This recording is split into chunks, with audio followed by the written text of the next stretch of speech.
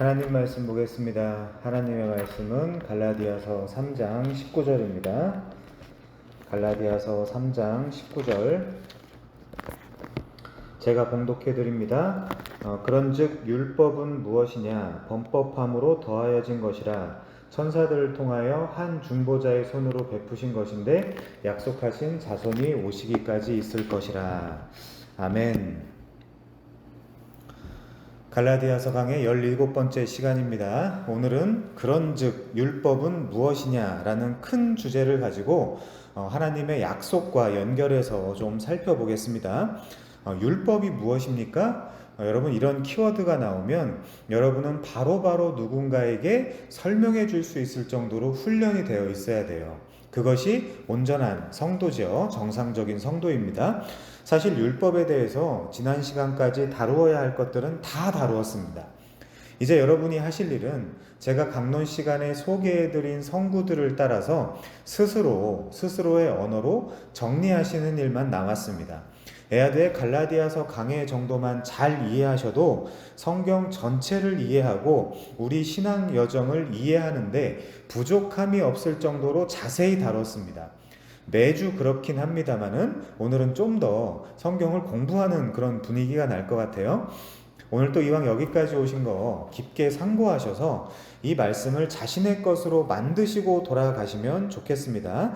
우리는 그렇게 바울이 쓴 갈라디아서 3장에 진입을 했고, 바울이 본 3장에서는 앞에서 해왔던 것보다 좀 더 치열하게 누가 진짜 아브라함의 후손이냐, 아브라함의 자손이냐를 따지고 있어요. 여러분들도 한번 생각해 보셔야 되겠죠? 이게 우리에게 왜 중요한 이슈가 될까요? 세상에는 이 두 종류밖에 없습니다. 즉 아브라함의 자손이 있고요, 혹은 또 아브라함의 자손이 아닌 사람들이 있습니다. 여러분은 어떠십니까? 당연히 이것은 분명한 구원의 문제이고 바울의 갈라디아서가 정경의 이름으로 우리에게 남아있는 가장 큰 이유이기도 합니다.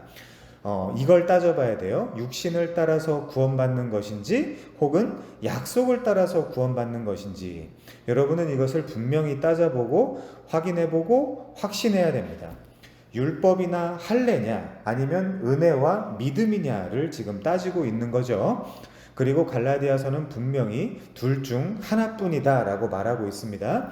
자, 이것이 중요한 이슈가 아니라면 갈라디아서가 지금까지 성경으로 남아있을 이유가 전혀 없어요.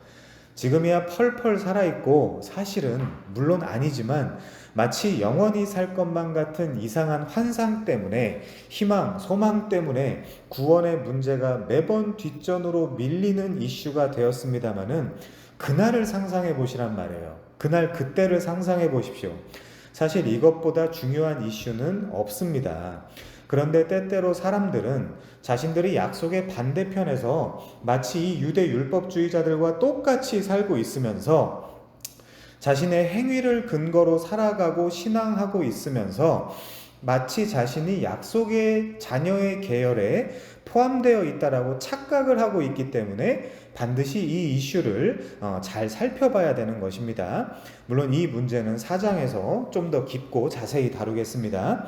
제가 느끼기로 절대 다수의 교인들은 이 문제를 정리하지 않았고 수십 년 신앙생활을 하면서도 이 문제에 대해서 관심을 가져본 적이 별로 없는 것 같아요. 그래서 여전히 헷갈리고 있는 것입니다. 여러분, 헷갈린다는 것은 관심이 없다는 뜻이에요. 갈라디아서는 사실상 누가 진짜 아브라함의 집합적, 군집적 후손이냐를 갈라디아 사람들에게 묻고 있습니다. 그리고 우리에게 묻고 있어요. 이방인의 사도 바울 쪽에 서든지 아니면 유대 율법주의자들에게 서든지 논리적으로 둘 중에 하나만 맞겠죠? 적당히 잘 섞으면 안 됩니다. 왜냐하면 주장하는 바는 서로 완전히 다르기 때문에 그렇습니다. 어떠신지요? 여러분은 확실히 약속의 자손이십니까? 아니면 육신의 자녀인데 그저 교회에 다니고 종교적인 행위들을 하고 있다라고 해서 약속의 자녀라고, 내가 구원받은 존재라고 착각하고 계시지는 않으신지요? 우리가 치열하게 찾아본 바 단수로서 아브라함의 후손은 분명 예수 그리스도였습니다. 그것은 변증이 끝났어요. 그리고 예수 그리스도는 지난 세 편에 하나님의 약속 시리즈에서 살펴본 것처럼 이분이야말로 진짜 약속의 단수적 자녀였습니다. 사실 그분만이 진짜 약속의 자손인 것이죠. 그런데 마치 우리처럼 잉태하지 못할 자들과 출산하지 못할 자들이었던, 잉태 못하고 출산 못한다는 것은 열매 맺을 수 없다라는 뜻이에요. 그런 아브라함과 사라에게 약속을 주시고 실제 그 약속을 실현해 가신 분은 다름 아닌 하나님이었다라는 것을 변증하고 있는 것입니다. 성경은 그런 식으로 약속을 받고 우리가 받은 약속을 통해 열매 맺기까지 달려가는 이 신앙의 시작과 과정, 그리고 끝에 어떠함이 누구에게 달려있냐를 이야기하고 있습니다. 오늘 주제이지만 약속을 주신 분, 그리고 그것을 실현해 가신 그분은 다름 아닌 20절에도 나오지만 한 분 하나님이셨습니다. 우리는 약속을 받고 약속을 확증, 추인해 갈 때마다 믿지 못하고 심지어 비웃은 두 사람, 즉 아브라함이나 사라가 신앙적 공로를 챙기게 만들어서는 안 돼요. 그래서 하나님은 일부러 잉태와 출산의 가능성이 전혀 없는, 열매 맺을 가능성이 전혀 없는 자들을 믿음의 조상으로 부르신 것입니다. 왜 그럴까요? 그게 바로 우리이기 때문에 그렇습니다. 마찬가지로 우리 스스로는 열매 맺지 못할 자들이기 때문에 성경의 열매는 성령의 열매라고 나와 있죠. 우리 열매가 아닙니다. 그래서 하나님은 자신의 주권으로 우리를 택하시고 자신의 주권으로 우리를 부르시며 자신의 주권으로 우리를 만들어 가시는 것입니다. 그래서 그 결과로 주어진 그것을 하나님의 영광이라고 하지, 우리가 이 땅에서 잘된 것, 그런 어떤 것 가지고 그것을 하나님께 영광이라고 하지 않아요. 그런 논리라면 초대교회의 성도들은 사실상 잘된 사람이 아무도 없으므로 그들은 하나님께 조금도 영광 돌리지 못한 사람들, 그런 꼴이 되고 맙니다. 이 시대의 논리라면 복음 전하다가 죽고 카타콤에서 수십 년씩 숨어 살고 했던 초대교회의 우리 신앙의 선배들의 삶과 인생, 이런 게 도대체 무슨 하나님께 영광이 되겠습니까? 오늘 또 우리는 꽤 치열하게 이론적인 부분들을 다룰 것입니다. 여러분, 본문에서 억지로 끌어내는 현실적인 적용보다 훨씬 더 중요한 것은 원래의 저자가 1차 수신자에게 주신 본래적 의미를 제대로 확인하고 확정하는 것입니다. 여러분도 이제 다 아시겠지만 절대 다수의 교회의 설교자들은 성경 한 줄 읽어놓고 그저 스피커가 하고 싶은 이야기를 하다가 끝내는 경향이 있습니다. 저는 물론 잘못된 설교학의 폐해가 이런 결과들을 만들어내지 않았나 그렇게 생각을 합니다. 설교학에서는 본문과 적용을 억지로 구분을 짓고 둘의 균형을 맞추지 못하면 마치 설교를 잘못하고 있는 것처럼 몰아가는 경향이 있습니다. 점수가 안 나와요. 어느 본문이든지 적용을 꼭 하라고 가르칩니다. 그런데 여러분, 설교학은 진리가 아닙니다. 심지어 신학교에 가면 설교 대회라는 것도 있어요. 그러면 그것을 평가하는 평가하는 분은 하나님인가요? 그렇지 않죠?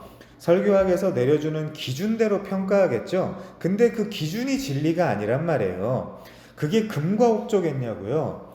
아닐 수도 있겠죠? 여러분, 젊을 때는 의심이 많아야 됩니다. 그래야 발전을 해요. 그런데 본문의 본래 의미가 제대로 확인되지도 않은 상태에서 적용거리만을 던지는 것은 우리가 다 그렇게 해왔잖아요.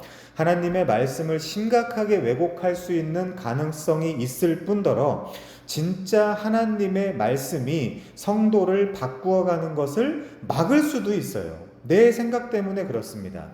오늘날 우리네 교회들의 가장 큰 문제는 첫 번째 문제는 성경 본문은 그저 예배 절차니까 대충 읽어놓고 성급하게 설교자 개인의 주관적 신념들과 교회에서 정해놓은 목회 철학으로 설교 시간을 때우고 이용하려고 하는 데에 있습니다.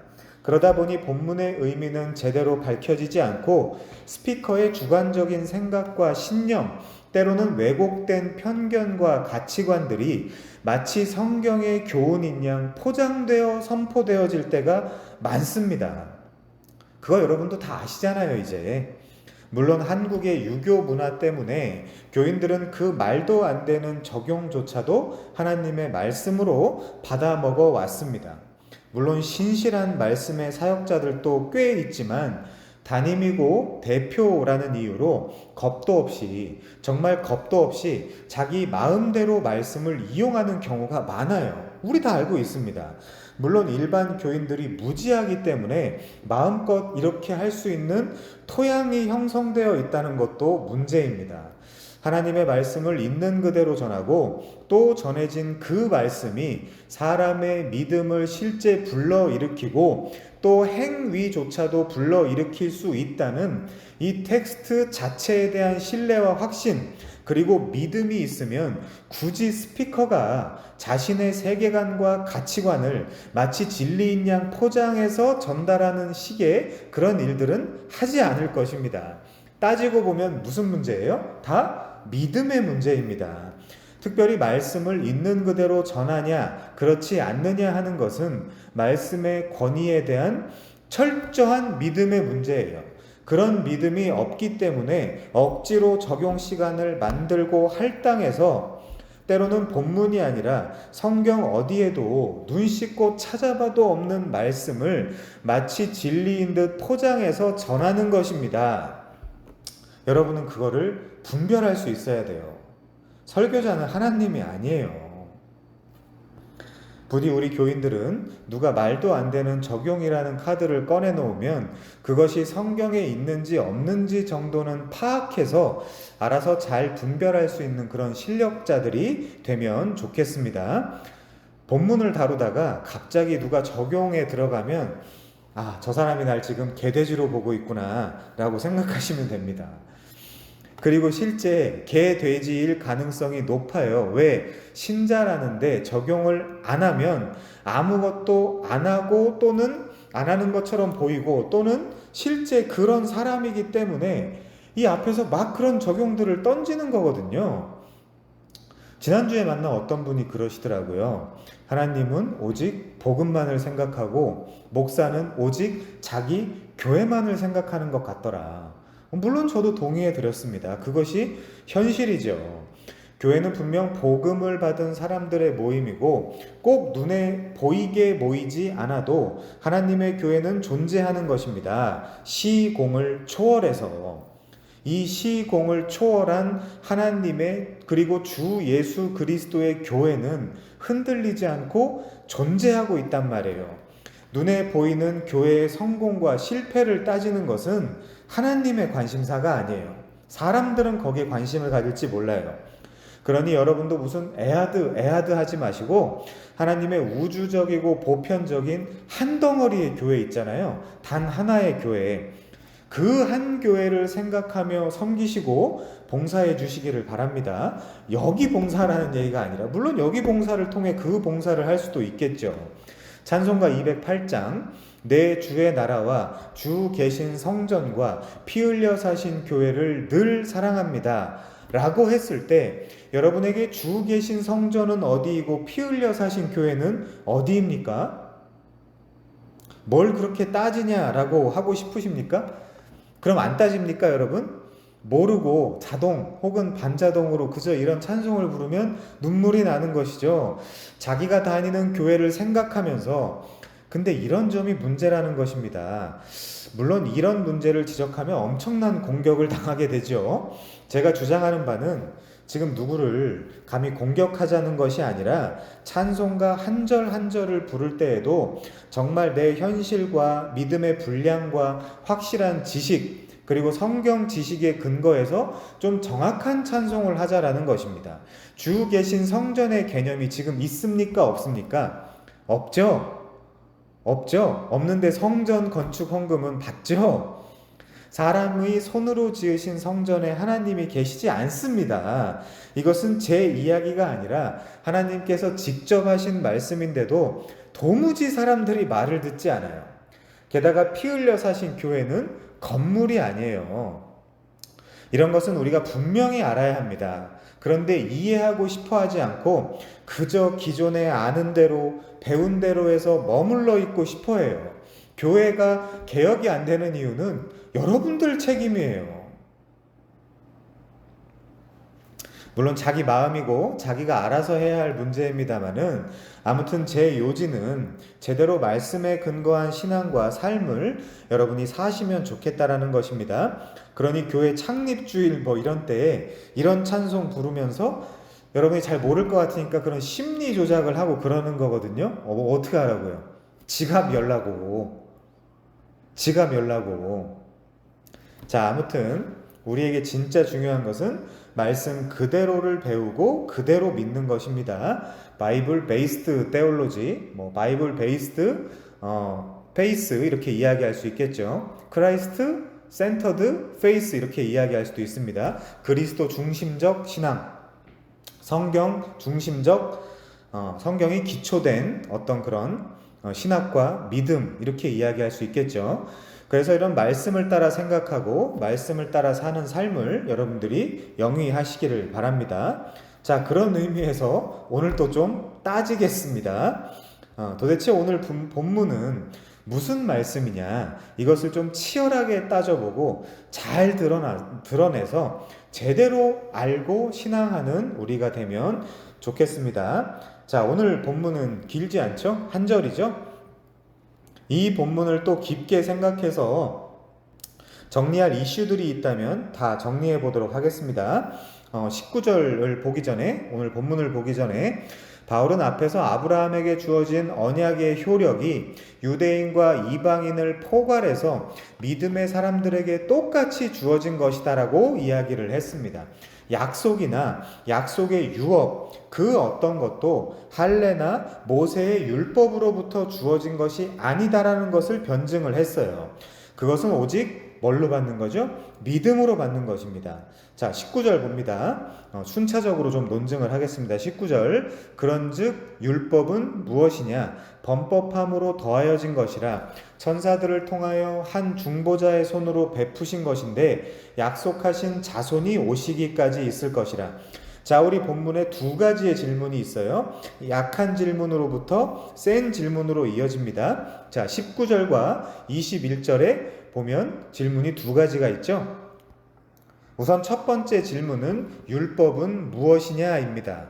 그리고 두 번째 21절의 질문은 그러면 율법이 하나님의 약속들과 반대되는 것이냐입니다.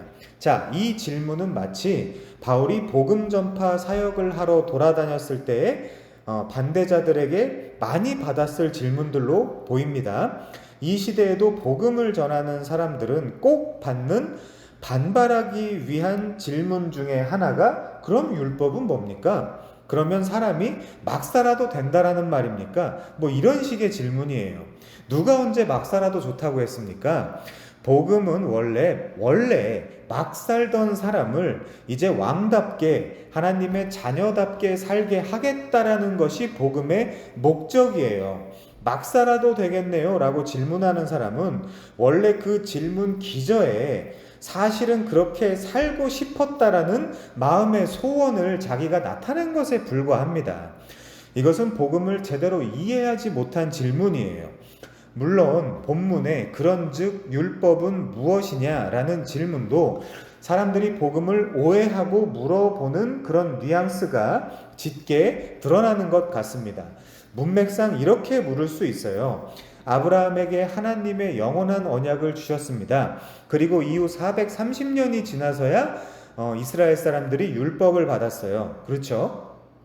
그리고 그렇게 이야기를 하면 그 이후에 그러면 율법은 무엇이냐? 이런 질문입니다. 그것이 문맥이죠. 자연스러운. 아브라함이 받은 유업은 약속과 약속을 믿은 믿음으로 사람들이 받았어요. only by faith입니다. 오직 믿음이란 뜻이죠. 그 유업은 율법에서 난 것이 아니에요. 그러니까 자연스럽게 튀어나올 수 있는 질문, 그러면 율법은 무엇이냐? 말하자면 이런 질문인 것이죠. 자, 유대 율법주의자들에게 아주 중요한 성구를 하나 소개하고 가야 할 것 같습니다. 우리 우선 창세기 26장 2절부터 5절까지를 좀 보겠습니다. 이 본문은 이삭에게 자손을 주시겠다라고 하는 아브라함의 언약이 반복되는 그런 어구죠. 자, 창세기 26장 2절입니다. 여호와께서 이삭에게 나타나 이르시되 애굽으로 내려가지 말고 내가 내게 지시하는 땅에 거주하라. 그러니까 이삭도 아브라함이랑 똑같아서 또 애굽에 가려고 그래요. 자, 3절에 보면 이 땅에 거류하면, 이 땅은 어디? 가나안이죠. 약속의 땅. 내가 너와 함께 있어 내게 복을 주고 내가 이 모든 땅을 너와 네 자손에게 주리라. 지금 야곱이 아니죠. 이 자손이. 이제 아시겠죠. 그리스도라는 것을. 그게 갈라디아 3장 16절에 보면 그 후손은 곧 그리스도다, 이렇게 이제 주해를 해주고 있어요.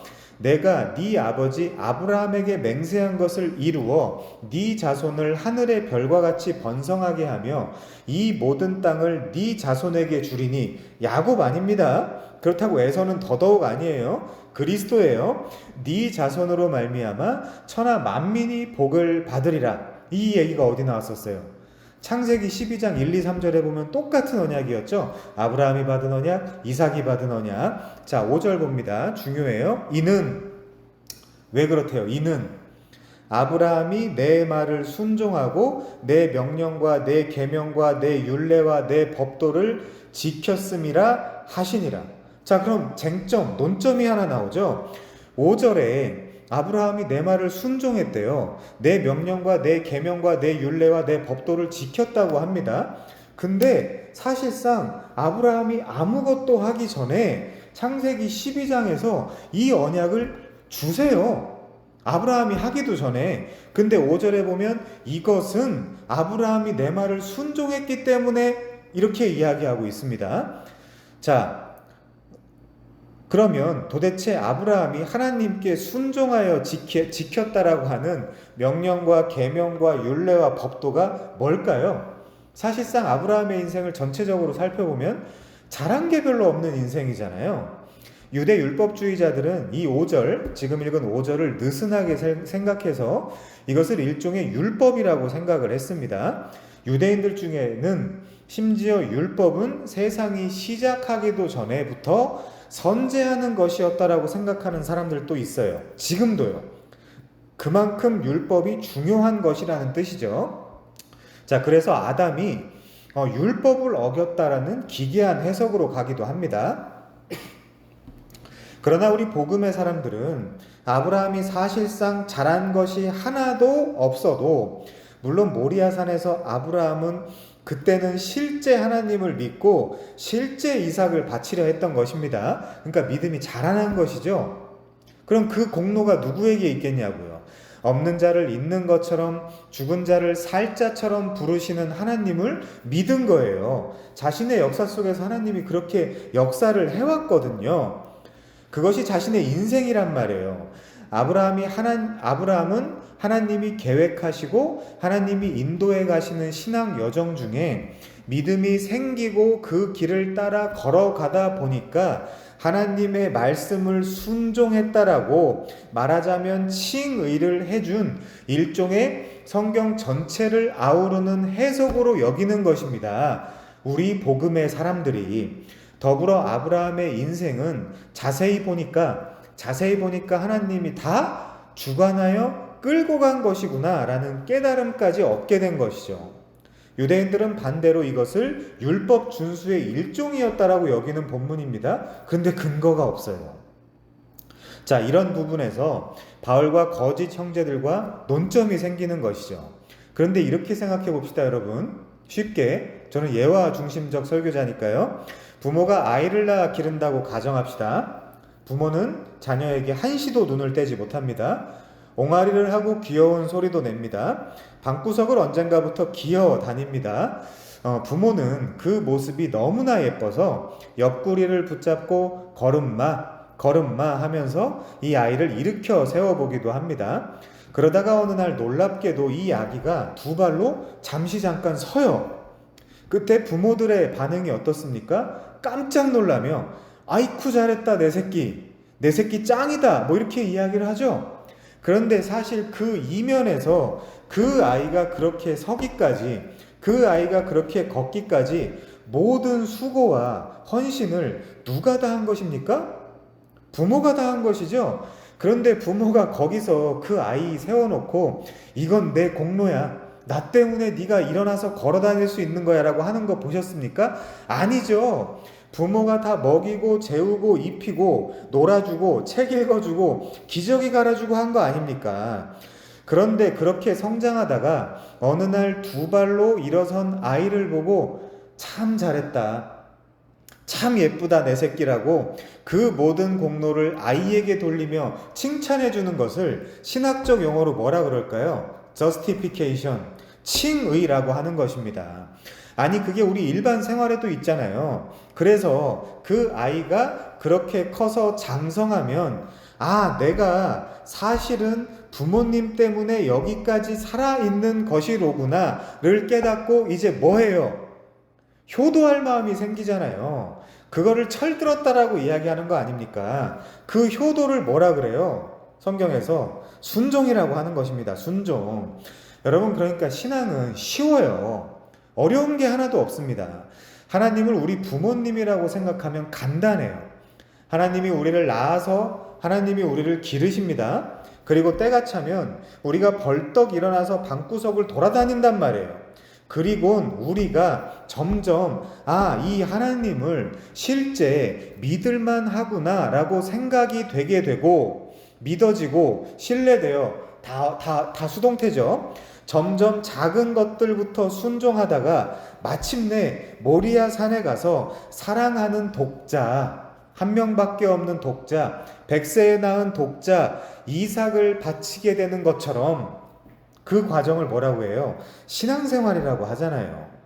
그러니까 여러분, 설교는 그 하나님의 일하심을 설명해주고 선포해주는 것이지 아직 걸음마도 못 되는 아이들에게 이렇게 살아라 저렇게 살아라 라고 이야기해주는 것이 설교가 아니란 말이에요. 애기들한테. 자, 5절도 같은 맥락입니다. 여러분 잘 생각해 보세요. 아브라함이 자신의 인생 속에서 잘한 게 있습니까? 거의 없습니다. 거의 없어요. 약속의 땅으로 가야 하는 도중에도 배고파서 애굽으로 도망가고 무서워서 와이프도 왕한테 팔아먹고 약속을 기다리고 믿고 신뢰해야 하는데 그러지 못해서 하갈을 얻어다가 이스마엘을 출생시키고 했던 그의 흑역사 속에서 사라도 동참했죠. 그들의 흑역사 속에서 이면에 하나님께서 계속 그를 몰아가신 거예요. 드라이브인 하신 것입니다. 그래서 아브라함이 하나님께 순종했고 명령과 계명과 율례와 법도를 지켰다라고 해주는 거예요. 그걸 하지 말라는 것이 아니라 신앙의 과정이 그렇다라는 것입니다. 그런데 아브라함은 사실상 안 지킨 게 더 많잖아요. 우리도 안 지킨 게 더 많은데 예수 믿는다라고 이 하나님의 왕궁에 와 있는 거 아닙니까? 물론 이것은, 이 본문은 이삭의 이야기입니다마는 놀랍게도 이삭도 이후 6절 이하에 보면 제 아버지가 한 짓과 똑같은 짓을 하는 것을 보게 돼요. 이 아들도 또 아내를 팔아먹어요. 물론 이 내러티브를 가지고 다른 이야기들도 할 수 있겠습니다만은 아무튼 인간적으로는 별로 잘한 게 없는 아브라함, 이삭, 야곱 이 족장들에게 끊임없이 찾아오셔서 칸나 아도나이 끊임없이 찾아오셔서 하나님의 열심으로 제라, 자손과 에레츠 땅을 그 땅의 약속을 주신다는 것이 포인트고 그것을 어떻게든 성취해 가신다는 것이 또한 포인트며 바로 그것이 유대인의 해석과 우리 복음의 사람들의 해석이 다르다는 점을 우리가 알아야 돼요. 이런 본문들을 보면서. 아무튼 이렇게 유대인들 중 다수는 창세기 26장 5절을 근거로 우리는 이걸 칭의의 문맥으로 보지만 아브라함도 율법과 계명을 지켰다라고 받고 그런 논리로 갈라디아서에서 야 니들 아브라함이 자손이 되려면 할례 받고 율법 지켜야 돼 라고 이야기를 했던 것입니다. 자, 그런 자들의 입장에서 바울은 율법이 아니라 복음으로 구원을 받는 거야. 기업은 약속으로 받는 거야 라고 강조했을 때 바울이 그렇게 강조했을 때 당연히 반발 섞여서 나올 수 있는 질문이 뭐죠? 그런즉 율법은 무엇이냐입니다. 자, 존 스토트의 각색 들어보세요. 유대주의자들 중 한 명이 이런 말을 하면서 분개하여 충고하는 것이 마치 귀에 들리는 것 같다. 정말 바울 당신의 말은 더는 못 들어주겠소. 사람이 오직 믿음으로만 그리스도 안에 있고 하나님이 아브라함에게 하신 약속의 수혜자가 된다면 율법은 도대체 뭐란 말이요? 율법은 왜 줬냔 말이요? 당신의 신학은 아브라함과 그리스도를 너무 융합해서 모세와 율법을 한꺼번에 몰아서 파산시켜 버리는군요. 당신의 복음에는 율법이 들어설 여지가 없군요. 악하고 불온한 자여. 당신의 메시지는 신성모독에 가깝소. 당신은 각처에서 율법을 비방하여 모든 사람을 가르친다는 사도행전 21장 28절에 나와요. 그런 사람 같소 라고 각색을 합니다. 존 스토트가. 자, 줄여서 뭡니까? 이걸 다 줄여서 무슨 반발이죠? 그런즉 율법은 무엇이냐입니다. 수사학적으로는 티운호 노모스라고 되어 있어서 이것이 동사가 없어요. 여러분들, 젊은 여러분들이 잘하는 거 있죠? 이게 무엇 하는 거 있잖아요. 마치 그거랑 똑같습니다. 지금 그러면 율법은 무엇? 율법은 무엇? 뭐 이제 그런 식으로 수사학적으로 강렬하게 지금 바울이 일부러 표현을 하고 있습니다. 동사가 없어요, 여기는. 여러분, 이 논리의 연장선에서 진짜 율법은 무엇일까요? 이 율법은 시내산에서 받은 모세의 율법이 분명합니다. 문맥상 아브라함이 받은 언약의 430년 이후에 주어진 점, 그렇다면 다른 율법이 아니잖아요. 시내산 율법이잖아요. 그리고 21절에 주셨다라는 동사, 에도 때도 신적 수동태, 이게 신적 수동태거든요. 이 대상하는 이의 주어가 하나님이에요, 문맥적으로. 자, 바울이 율법에 대해서 자문자답하는 19절에는 우리가 꼭 생각하고 지나가야 할 세 가지 정도의 이슈가 걸려 있습니다. 자, 우선 율법은 범법함으로 더하여졌다라고 되어 있습니다. 자, 그쵸? 두 번째, 천사들을 통하여 한 중보자의 손으로 베푸신 것이다 라고 되어 있습니다. 율법의 특징이. 자, 셋째, 약속하신 자손이 오시기까지 있을 것이다 이렇게 되어 있어요. 자, 이 세 가지 다 나름 있는 무게의 내용들이라 좀 자세히 살펴보고 지나가겠습니다. 우선 첫째로 범법함으로 인하여 더하여진 것이 율법입니다. 자, 이 말이 구체적으로 무엇일까요? 이 문장에는 또 다른 이슈가 있는데, 자, 후치 전치사인 카린이라는 단어가 있는데 이 단어가 문제가 됩니다. 자, 잘 들어보십시오. 이 카린이라는 전치사는 뭐뭐 때문에도 되고요, 뭐뭇을 위하여도 되는 그런 단어입니다. 그러면 범법함 때문에 주어졌다도 되고 범법을 위하여 주어졌다도 된다는 뜻입니다. 여러분 잘 생각해 보십시오. 율법이 무엇이냐? 범법함 때문에 주어졌다와 율법이 무엇이냐? 범법함을 위하여 주어졌다는 해석하기에 따라서 천지차이입니다. 자, 문제는 뭐냐면 이 카린이라는 동사가 성경에서 그렇게 혼용해서 사용되고 있다라는 점이 우리가 어떻게 해석할지가 난해하다라는 점이죠. 자, 그래서 학자마다 죄를 드러내고 죄를 깨닫게 하는 용도로 주어졌다거나, 칼빈이죠. 혹은 죄를 처분하고 해결해야 하기 때문에 주어졌다거나, 제임스 던입니다. 죄를 야기하기 위해서 주어졌다거나, 배츠, 죄의 심각성을 알리고 죄의 궁극적인 본질을 폭로하기 위해 주어졌다, 머스너 정도, 이런 대표적인 학자들의 해석들이 있습니다. 자, 제임스 던의 해석, 즉 율법이 죄를 해결하고 처리해야 하기 때문에, 그러니까 그리스도가 오시기 전에 제사제도 등을 통해서 죄를 해결하기 위해 율법이 주어졌다라는 어떤 이런 해석 말고는 다 나름대로 좀 느슨한 것들도 있지만 다 합당한 합리적인 해석들이라고 생각이 됩니다. 자, 그러나 분명한 것은 이 19절에 병행구절로 여겨지고 있는 로마서 5장 20절 때문에 이 카린이라는 후치 전치사는 해석하기에 때문에 라기보다 위하여가 더 합당한 느낌입니다. 자, 범법 때문에 율법이 주어졌다. 이렇게 해석을 해버리면 무슨 뉘앙스가 강해요? 율법이 주어진 것이 마치 죄의 문제를 해결해 줄 수 있다. 이렇게 가게 되잖아요. 그런데 그건 복음이 아니잖아요.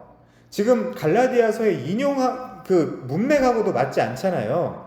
자, 우리 로마서 5장 20절 가보겠습니다. 상반절만요. 로마서 5장 20절입니다.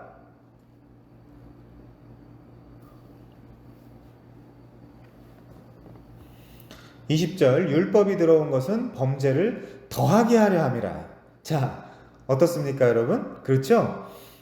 그렇다면 이 카린이라는 후치 전치사는 어떻게 해석을 해야 될까요? 범죄를 위하여 주어졌다. 이렇게 해석을 해야 돼요.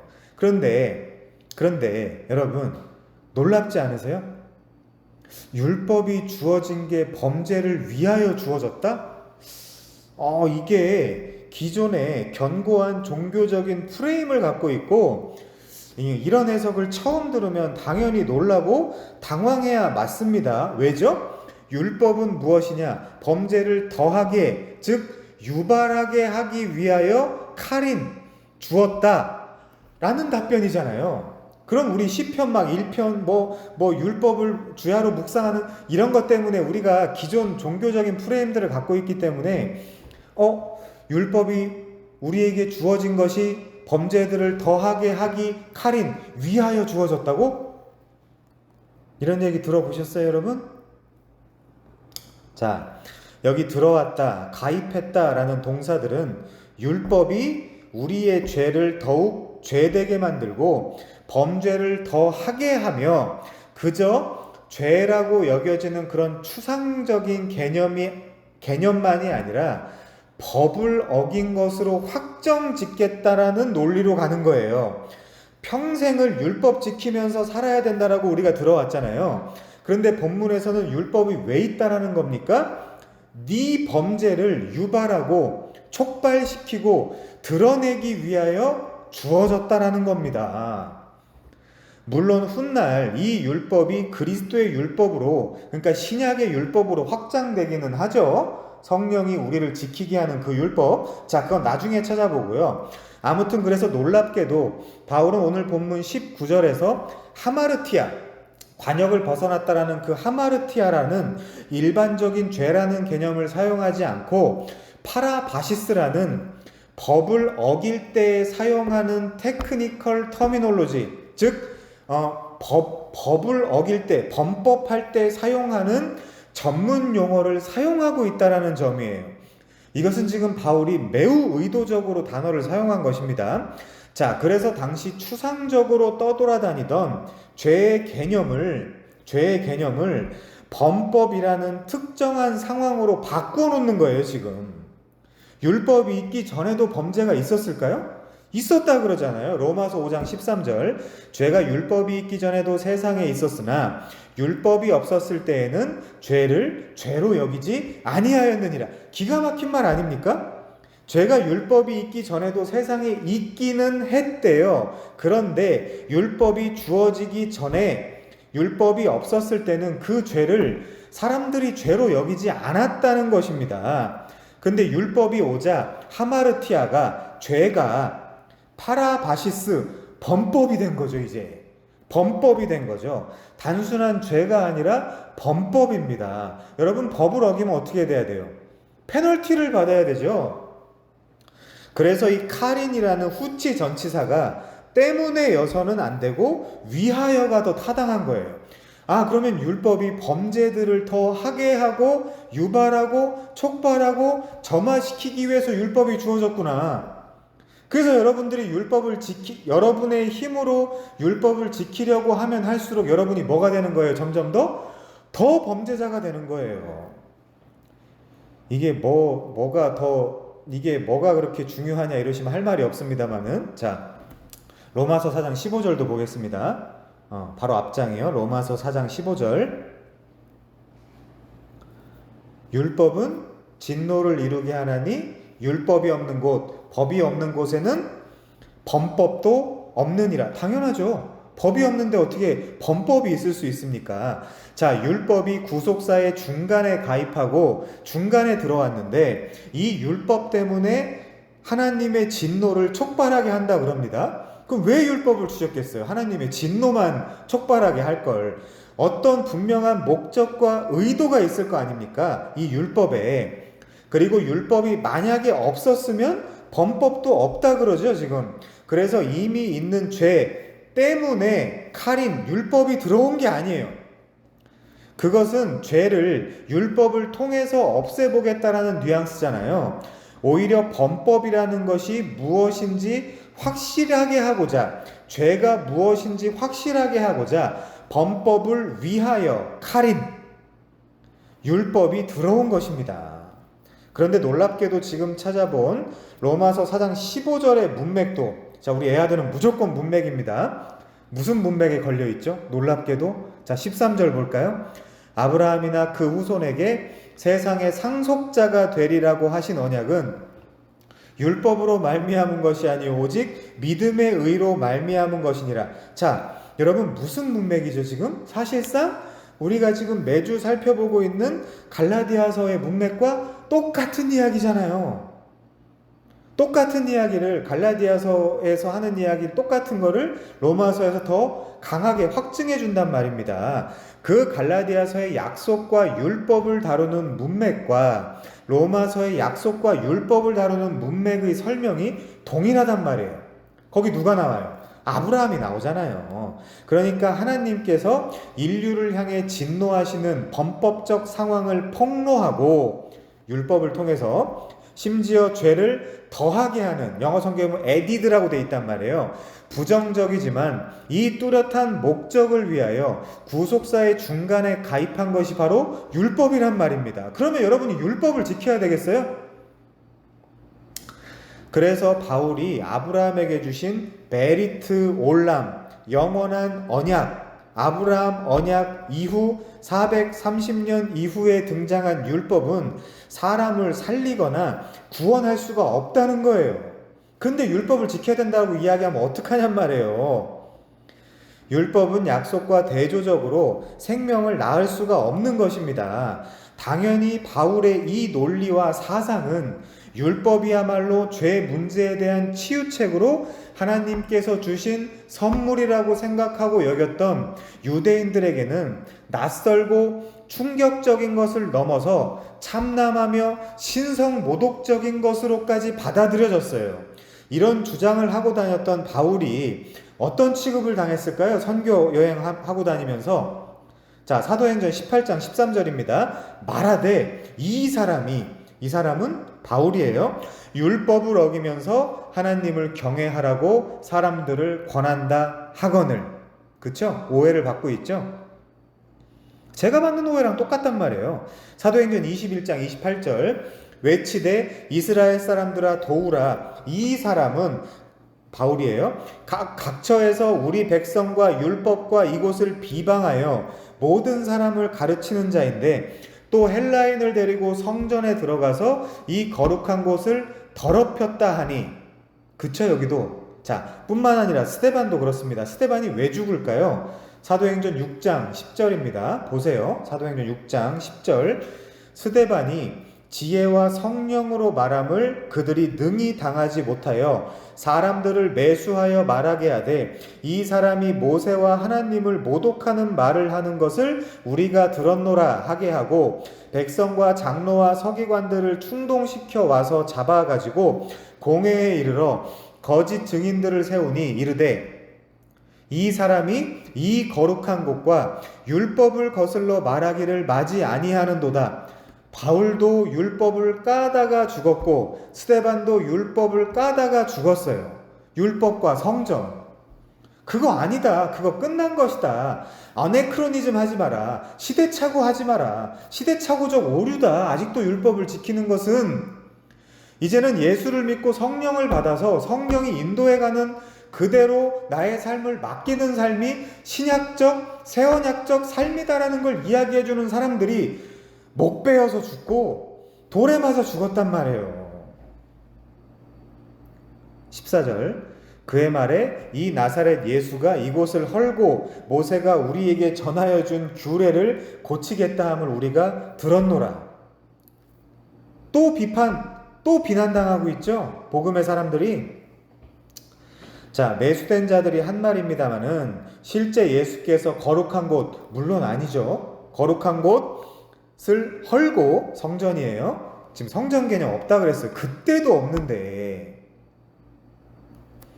모세의 규례를 고친다라는 말이 맞는 말인지요? 그럼 그 율법과 복음의 연속성과 불연속성을 여러분이 잘 알고 잘 이해해야 된다니까요. 아무것도 하지 말라는 게 아니에요. 우린 구원파 이단이 아니란 말입니다. 자, 그래서 구약과 신약의 연속성과 불연속성, 그것을 잘 이해하라는 서신이 뭐예요? 갈라디아서잖아요.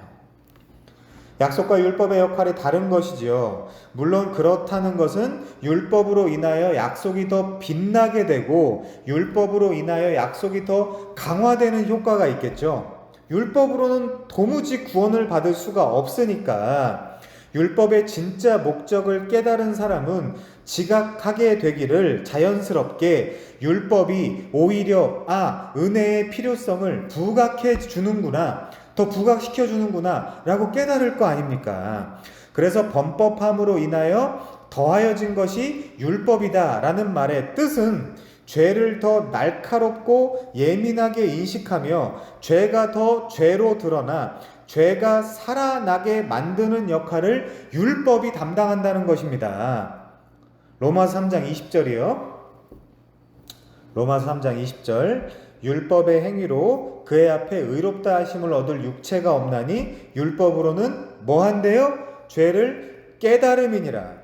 로마서 7장 7절. 율법이 죄냐? 그럴 수 없느니라. 율법으로 말미암지 않고는 내가 죄를 알지 못하였으니. 그럼 율법이 뭐 한다는 거예요? 죄를 알려준다는 거 아닙니까? 곧 율법이 탐내지 말라 하지 아니하였더라면 내가 탐심을 알지 못하였으리라.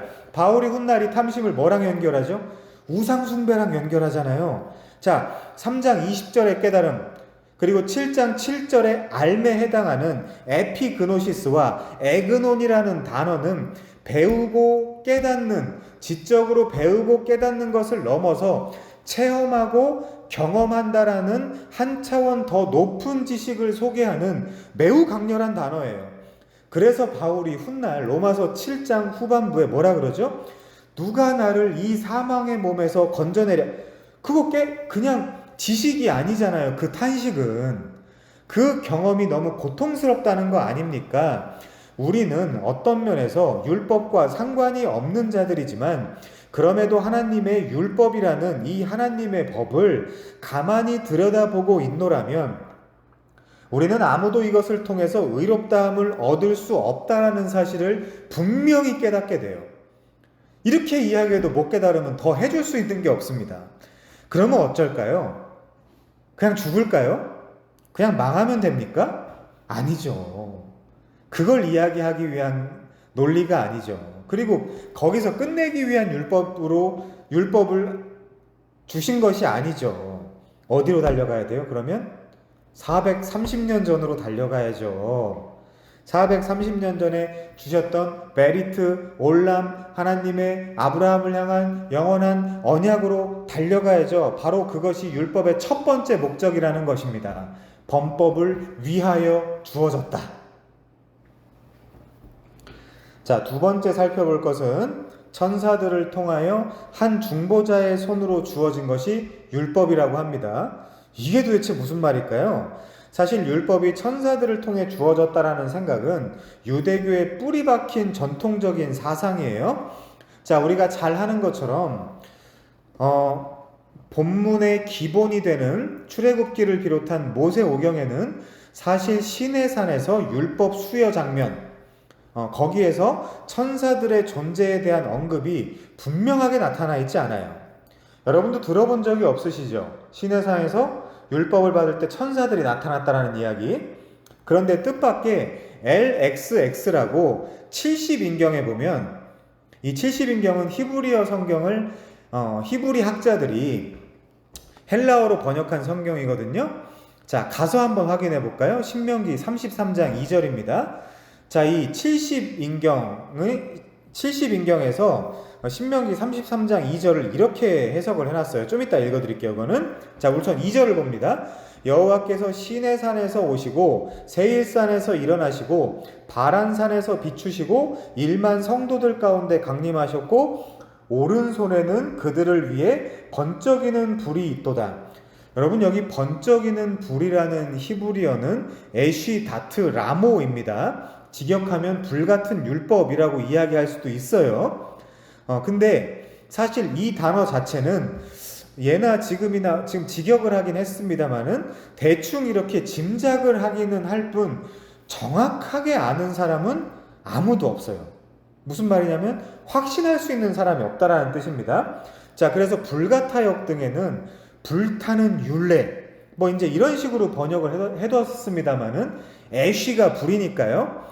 뜻밖의 어떤 이유인지는 그 당시에 안 살아서 모르겠지만 이 LXX 역본 셉투아진트에서는 이 부분을 에크 데크시온 아우트 앙겔로이 메트 아우투라고 그와 함께하는 앙겔로이 천사들이라고 번역을 해놨어요.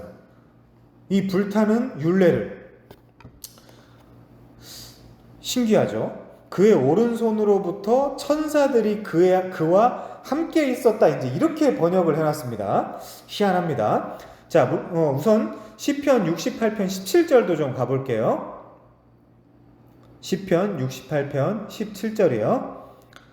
하나님의 병거는 천천히요 만만이라 주께서 그 중에 계심이 시내산 성소에 계심 같도다. 자, 여기 하나님의 병거가 천사들이라는 것입니다. 지리적 배경도 지금 어디죠? 시내산이라는 거죠. 물론 요세푸스나 필로 같은 사람들도 율법이 천사들을 통하여 전달되었다라는 표현을 하기도 했지만 이것만 봐서는 여전히 난해구절입니다. 그런데 우리 믿음의 근거, 다행히 신약 성경에서는 우리가 증거를 찾을 수 있는 부분들이 꽤 있습니다. 자, 우선 우리 신약 성경 사도행전 7장 38절 보겠습니다. 사도행전 7장 38절이요. 상반절만요. 시내산에서 말하던 그 천사와 우리 조상들과 함께 광야 교회에 있었고, 와, 희한한 성구죠. 자, 같은 장 53절입니다. 너희는 천사가 전한 율법을 받고도 지키지 아니하였도다. 희한하죠? 하나 더요. 우리가 몰랐던 이야기들입니다. 히브리서 2장 2절이요. 히브리서 2장 2절. 천사들을 통하여 하신 말씀이 견고하게 되어 모든 범죄함과 순종하지 아니함이 공정한 보응을 받았거든. 율법 얘기죠, 문맥적으로. 아무튼 분사 디아타게이스, 즉 여기 나오는 베푸신은 수동태인데요. 율법이 천사들을 통해 전달되도록 정하신 분이 하나님이다라는 뜻입니다. 그러면 알겠어요. 도대체 그럼 천사들을 통하여 전해진 율법이라는 것이 무슨 의미가 있을까요? 우선은 언제나 문맥이 중요합니다. 문맥이요. 자, 지금 우리가 보고 있는 갈라디아서의 문맥이 뭐죠? 사실상 할례나 율법보다 하나님께서 아브라함에게 주신 언약이 더 우월하다는 거잖아요. 할례나 율법은 사람을 구원하거나 구출할 수가 없다는 것이잖아요. 의라는 것은 믿음으로 말미암는 것이지 행위로 말미암는 것이 아니다라는 것이잖아요. 그래서 율법의 행위보다 약속을 근거로 약속을 듣고 믿은 그 믿음이 더 우월하다는 것이잖아요. 유대인들은 율법을 천사들을 통하여 주어졌다라는 의미를 좋은 의미로 말하자면 영광스럽다라고 생각을 했습니다. 골로새서에 가면 뭐가 뭔지도 모르고 사람들이 천사들을 숭배하고 막 그랬다고 그러잖아요. 그런데 바울은 지금 완전히 반대의 의미로 사용하고 있어요. 오히려 율법이 천사들을 통하여 주어졌기 때문에 이 약속에 대비해서 열등하다는 것입니다. 자, 약속 vs 율법. 뭐가 더 우월하냐를 묻고 있는 거예요. 아브라함 언약은 하나님께서 직접 찾아오셔서 주시지 않았느냐. 게다가 말하자면 하나님께서 직접 유언장을 쓰시고 직접 언약을 성취하신 것이다 라는 뜻으로 오히려 유대인들의 기존 프레임에 되려 칼을 꽂은 것입니다. 지금 바울이 영광스럽지 않다. 천사들을 통하여 준 것이 뭘 그렇게 영광스럽냐. 아브라함 언약은 하나님이 직접 주셨다. 갈라디아서 1장 8절이요. 갈라디아서 1장 8절. 우리나 혹은 하늘로부터 온 천사라도 우리가 너희에게 전한 복음 외에 다른 복음을 전하면 저주를 받을지어다. 이것도 마찬가지입니다. 이 성구는 혹시 나중에 미래에 혹시라도 천사들이 혹시 다른 복음을 전하면 그때 니들도 저주받을 줄 알아. 이렇게 경고하고 있는 그런 뜻이 아니에요. 이미 바울은 1장 8절에서부터 유대 율법주의의 근간으로 서신 전체에서 공격하고 있는 천사를 통하여 전하여 준 다른 복음, 그것이 뭡니까? 율법이죠. 가짜 복음. 그것이 전해지면 저주를 받을 것이다 라고 경고를 했던 것입니다. 그래서 그 유대 율법이 심지어 되려 그리스도까지도 저주를 받게 했던 거 아닙니까? 그런데 그리스도께서 죽음과 부활로서 그 저주를 풀어버리신 것입니다. 죽음을 통하여 죽음의 세력을 잡은 자 곧 마귀를 멸하셨다. 히브리서 2장 14절. 자, 그래서 구체적으로 말하면 하나님 자신에 의해 하나님께서 독자적으로 약속하시고 이루신 아브라함 언약의 우월성과 천사들에 의해 전달된 율법의 열등성을 일부러 대조시키려는 바울의 의도가 드러난 문장, 성구라고 생각하시면 돼요. 그러면 맞습니다. 그래서 결론적으로 율법으로 대표되는 행위를 부정해버리고 오직 믿음으로 대표되는 아브라함의 언약을 더 높이 상정하고자 하는 바울의 의도가 숨겨져 있는 문장이란 말이에요. 오늘 본문이. 정리하면 율법은 연대기적으로도 약속 이후 430년이 지나서야 제정되었으며 그럼 그 전에 있는 사람들은 어떻게 구원받았겠어요? 그 질문 안 해보셨죠? 또한 그 율법은 뒤에 살펴보겠지만 약속하신 자손이 오시기까지만 있어야 되고 범죄를 드러내는 정도의 역할 그리고 범법을 하게 하기 위한 정도의 작은 목적이었으며 영생을 줄 수도 없고 더욱이 이게 중요하죠. 중보자의 손을 빌어 천사들을 통해 주어졌기 때문에 약속보다 열등하다는 것입니다. 그게 문맥적으로 정확히 맞아떨어지잖아요. 약속은 믿음으로 말미암아 영속적인 가치가 있잖아요. 영원한 약속이었으니까. 그런데 율법은 언제까지만 있어요? 뒤에 나오지만 약속하신 자손이 오시기까지만, 그때까지만. 그래서 일부러 바울이 직접 찾아와 언약하신 아브라함의 언약 대비 하나님이 직접 찾아오셔서 아브라함과 맺으신 그 언약 대비 천사들을 통해 주어진 율법의 가치가 떨어진다는 논리로 사용한 표현이 천사들을 통하여 라는 뜻입니다. 그런데 좀 더 나가죠. 이 율법은 심지어 중보자도 있다 그럽니다. 자, 중보자가 있다니까 대뜸 많은 학자들, 예를 들면 오리겐, 크리스오스톰, 제롬, 루터, 심지어 칼빈까지 이 중보자를 단순히 예수 그리스도가 아닌가라고 생각을 했어요. 디모데전서 2장, 히브리서 8장, 9장, 12장 이런 데를 생각하면서 말이죠. 말하자면 낚인 거죠. 근데 그렇게 보고 그 중보자를 예수 그리스도라고 해석을 해버리니까 그 뒤에 해석이 다 꼬여버리는 거죠. 물론 우리도 하기 쉬운 실수입니다. 우리도 성경에 중보자라는 단어가 나오면 누구를 가장 먼저 떠올리게 될까요?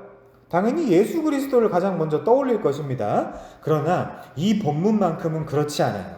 특정하면 율법은 무엇이냐? 중보자의 손으로 베풀었다. 이렇게 생각할 수 있습니다. 자, 우선 우리 신명기 5장 1절에서 5절 좀 보면서 이야기합시다. 신명기 5장 1절에서 5절이요.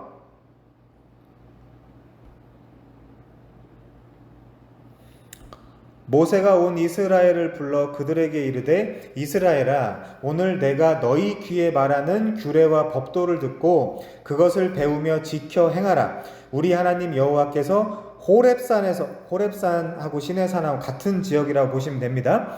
호렙산에서 우리와 언약을 세우셨나니 이 언약은 여호와께서 우리 조상들이 누구예요? 족장들 아브라함, 이삭, 야곱이죠. 우리 족장들과 세우신 것이 아니요 오늘 여기 살아있는 우리 곧 우리와 세우신 것이라. 자, 엄청 중요한 거예요. 이 3절도 갈라디아서와 연결하면 꼭 알아야 돼요. 자, 우리 조상들과 세우신 언약, 아브라함, 이삭, 야곱에게 세우신 언약, 이 영원한 언약이었잖아요. 그것과 호렙산 언약, 즉 시내산 언약을 기자가 날카롭게 분리하고 있죠. 이 언약은 그 언약이 아니야 라고. 여호와께서 산 위 불 가운데서 너희와 대면하여 말씀하시매 그때 너희가 불을 두려워하여 산에 오르지 못하므로 내가 여호와와 너희 중간에 서서 여호와와 너희 중간에 선 자를 뭐라고 합니까 여러분? 그거를 중개자라고 하는 거예요. 중개자 혹은 중재자 혹은 중보자라고. 그럼 그게 누굽니까 지금? 모세죠. 그리스도일 수 없죠. 여호와의 말씀을 너희에게 전하노라. 자, 뭐랍니까? 모세가 하나님과 너희 중간에 서서 율법을 주는데 하나님과 이스라엘 중간에 선 자 모세죠. 문맥적으로 하나님 하나만 더 보고 도장을 찍습니다. 우리 레위기 26장 46절도 좀 볼게요. 레위기 26장 46절 출애굽기 다음에 있습니다. 이것은 여호와께서 시내산에서 자기와 이스라엘 자손 사이에 모세를 통하여 세우신 규례와 법도와 율법이니라. 자, 이것도 누구를 통하여? 모세를 통하여. 그럼 이 모세는 누구다? 중개자, 중보자, 중재자다.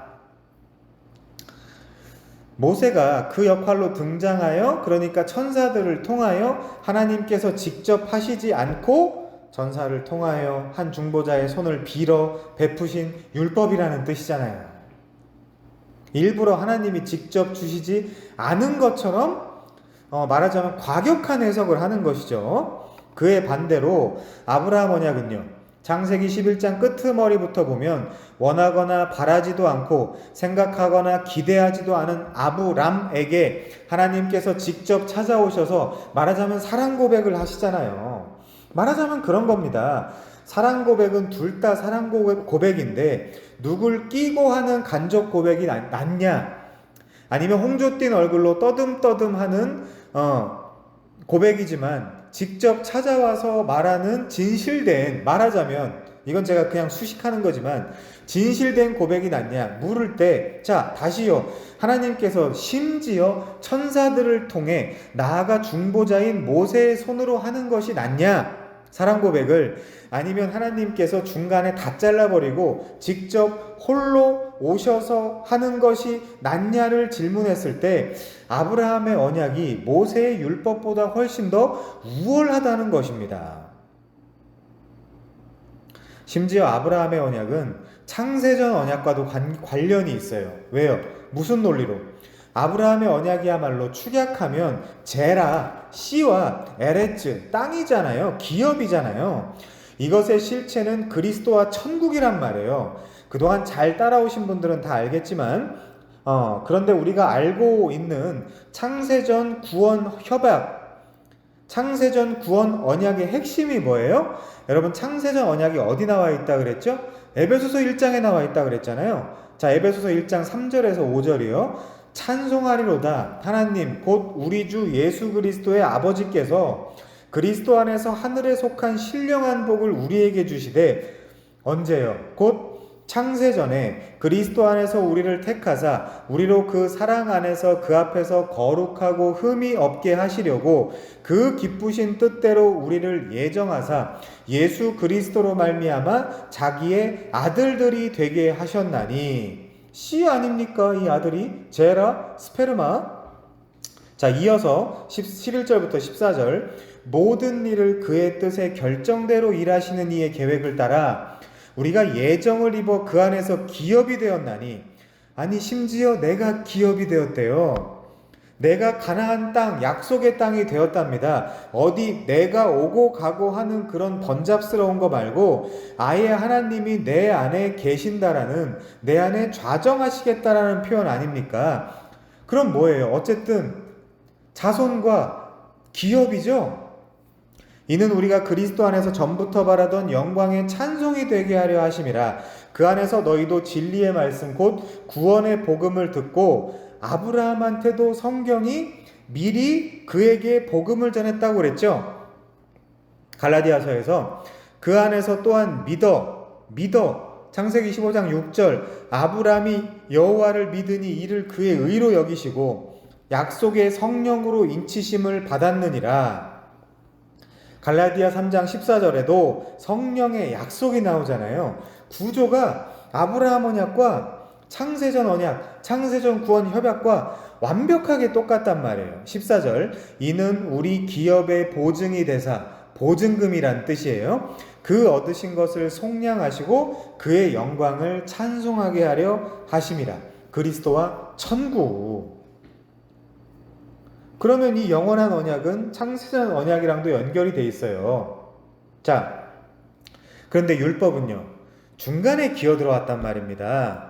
아브라함 언약, 즉 예수와 천국 언약은 율법의 430년 전, 아니 창세전부터 예정되고 계획되고 약속되었던 것인데, 이 율법이야말로 구속의 역사 중간에 잠깐의 어떤 특정한 목적을 가지고 가입한 것이고, 그것도 구원을 위한 것이 아니라 범죄를 더하게 하려고 가입된 것이란 말이죠. 그 역할을 다 했으면 어떻게 해야 될까요? 집에 가야 되는 거죠. 그래서 아주 선명한 논리는 아브라함의 언약이 율법과 할례보다 더 뛰어나고 우월하다. 그것은 천사나 중보자 모세 없이 하나님께서 직접 주신 것이고 그리스도께서 홀로 다 성취하신 것이지 않느냐라고 묻고 있는 것입니다. 율법이 천사와 모세를 통해 간접적으로 주어진 계시라는 관점은 하나님 자신이 아브라함에게 직접적으로 주신 약속과 대조시키려는 의도가 명백해요. 이는 누구보다도 바울이 직접 경험한 사건이기도 하지요. 바울은 무엇이나 혹은 누군가에게 간접적으로 계시를 받은 사람이 아니에요. 바울은 다메섹 도상에서 부활하신 그리스도께 직접 계시의 복음을 받은 사람이에요. 천사나 모세를 통해 받지 않았어요. 분명 바울에게 있어서 다메섹 도상의 이 계시 사건은 하나님의 직접적인 계시의 우월성을 명백히 깨닫게 된 사건이고, 나아가 조상들로부터 전해져 내려온 전통이라든지 누군가에게, 랍비에게, 칼로이스라는 어떤 그런 선생들에게 배운 가르침이라고 하는 것들은 2차적이고 3차적인 것이라는 것을 알았어요. 그래서 바울은 이 직접 계시 사건을 누구보다 크고 정확하게 생각하고 있는 것입니다. 그래서 바울이 갈라디아서에서 이런 센텐스, 이런 패러그래프를 쓸 수 있는 것이에요. 모세의 중보를 거쳐 천사들을 통해 간접적으로 주어진 율법은 다메섹 도상에서 그리스도께서 직접 신현하셔서 주신 은혜의 복음보다 열등한 것일 수밖에 없어요. 기존엔 열등한 것들을 가지고 있었죠. 근데 직접 하나님이, 예수님이 내려오셔서 주신 계시, 그게 더 우월하기 때문에 이제 핍박을 당하고 고난을 당하면서도 그 우월한 그 복음을 전하러 다닌 거 아닙니까? 바울이요. 그 얘기란 말이에요, 지금. 그래서 바울은 지난날의 길을 통해 다메섹 사건을 해석한 것이 아니라 거꾸로 다메섹에서 경험한 다메섹의 빛을 통해서 지난 세월들을 낱낱이 해석할 수 있었던 것입니다. 근데 여러분, 히브리서에 가면 재미있게도 이 아들 예수 그리스도와 천사 그리고 모세를 비교 대조하는 부분이 있어요. 흥미로운 부분이니까 좀 가서 보겠습니다. 몇 개만 봅니다. 자, 히브리서 1장 1절부터요. 히브리서 1장 1절. 옛적의 선지자들을 통하여, 여기서도 통하여죠. 그럼 그 선지자가 확 드러난 예수 그리스도보다 열등할까요? 우월할까요? 열등하죠. 옛적의 선지자들을 통하여 여러 부분과 여러 모양으로 우리 조상들에게 말씀하신 하나님이 옛날에는 열등했다. 이 모든 날 마지막에는 아들을 통하여, 예수를 통하여 우리에게 말씀하셨으니 이거는 뭐예요? 우월하죠. 이 아들을 만유의 상속자로 세우시고 또 그로 말미암아 모든 세계를 지으셨느니라. 이는 하나님의 영광의 광채시요 그 본체의 형상이시라. 그의 능력의 말씀으로 만물을 붙드시며 죄를 정결하게 하는 일을 하시고 높은 곳에 계신 지극히 크신 이의 우편에 앉으셨느니라. 자, 이제 소제목이 쩔죠. 천사보다 우월하신 그리스도. 우리 문맥대로 한번 생각해보잔 말이에요. 4절. 그가 천사보다 훨씬 뛰어남 우월함은 그들보다 더욱 아름다운 이름을 기업으로 얻으심이니 하나님께서 어느 때에 천사 중 누구에게 너는 내 아들이라 오늘날 내가 너를 낳았다 하셨으며 또 다시 나는 그에게 아버지가 되고 그는 내게 아들이 되리라 하셨느냐. 또 그가 맏아들을 이끌어 세상에 다시 들어오게 하실 때에 하나님의 모든 천사들은 그에게 경배할지어다 말씀하시며, 자, 누가 우월한가를 보란 말이에요. 또 천사들에 관하여는 그는 그의 천사들을 바람으로 그의 사역자들을 불꽃으로 삼으시느니라 하셨으되 아들에 관하여는 하나님이여 주의 보좌는 영영하며 주의 나라의 규는 공평한 규이니이다. 자, 중략하고요. 13절. 어느 때에 천사 중 누구에게 내가 네 원수로 네 발등상이 되게 하기까지 너는 내 우편에 앉아 있으라 하셨느냐. 모든 천사들은 섬기는 영으로서 누굴 섬겨요? 구원받을 상속자들을 위하여 섬기라고 보내심이 아니냐. 근데 천사를 숭배하거나 천사를 섬기고 있으면 어떡하냔 말이에요. 2장 16절도 잠시 보고요. 이는 확실히 천사들을 붙들어 주려 하심이 아니요 오직 아브라함의 자손을 붙들어 주려 하심이라. 여기도 비교 대조하죠. 아브라함의 자손과 천사를. 누가 더 우월합니까? 누가 더 열등해요? 자, 이제 히브리서 3장 1절부터 좀 볼게요. 이번에는 모세보다 우월하신 그리스도입니다. 중보자의 모세, 천사를 통하여. 자, 1절. 그러므로 함께 하늘의 부르심을 받은 거룩한 형제들아, 우리가 믿는 도리의 사도이시며 대제사장이신 예수를 깊이 생각하라. 그는 자기를 세우신 이에게 신실하시기를 모세가 하나님의 온 집에서 한 것 같이 하셨으니 그는 모세보다 더욱 영광을 받을 만한 것이 마치 집 지은 자가 그 집보다 더욱 존귀함 같으니라. 집마다 지은 이가 있으니 만물을 지으신 이는 하나님이시라. 또한 모세는 장래에 말할 것을 증언하기 위하여 하나님의 온 집에서 종으로 신실하였고 그리스도는 하나님의 집을 맡은 아들로서, 자, 종 vs 아들, 누가 더 우월합니까? 누가 더 우월해요? 종 vs 아들, 누가 더 열등합니까?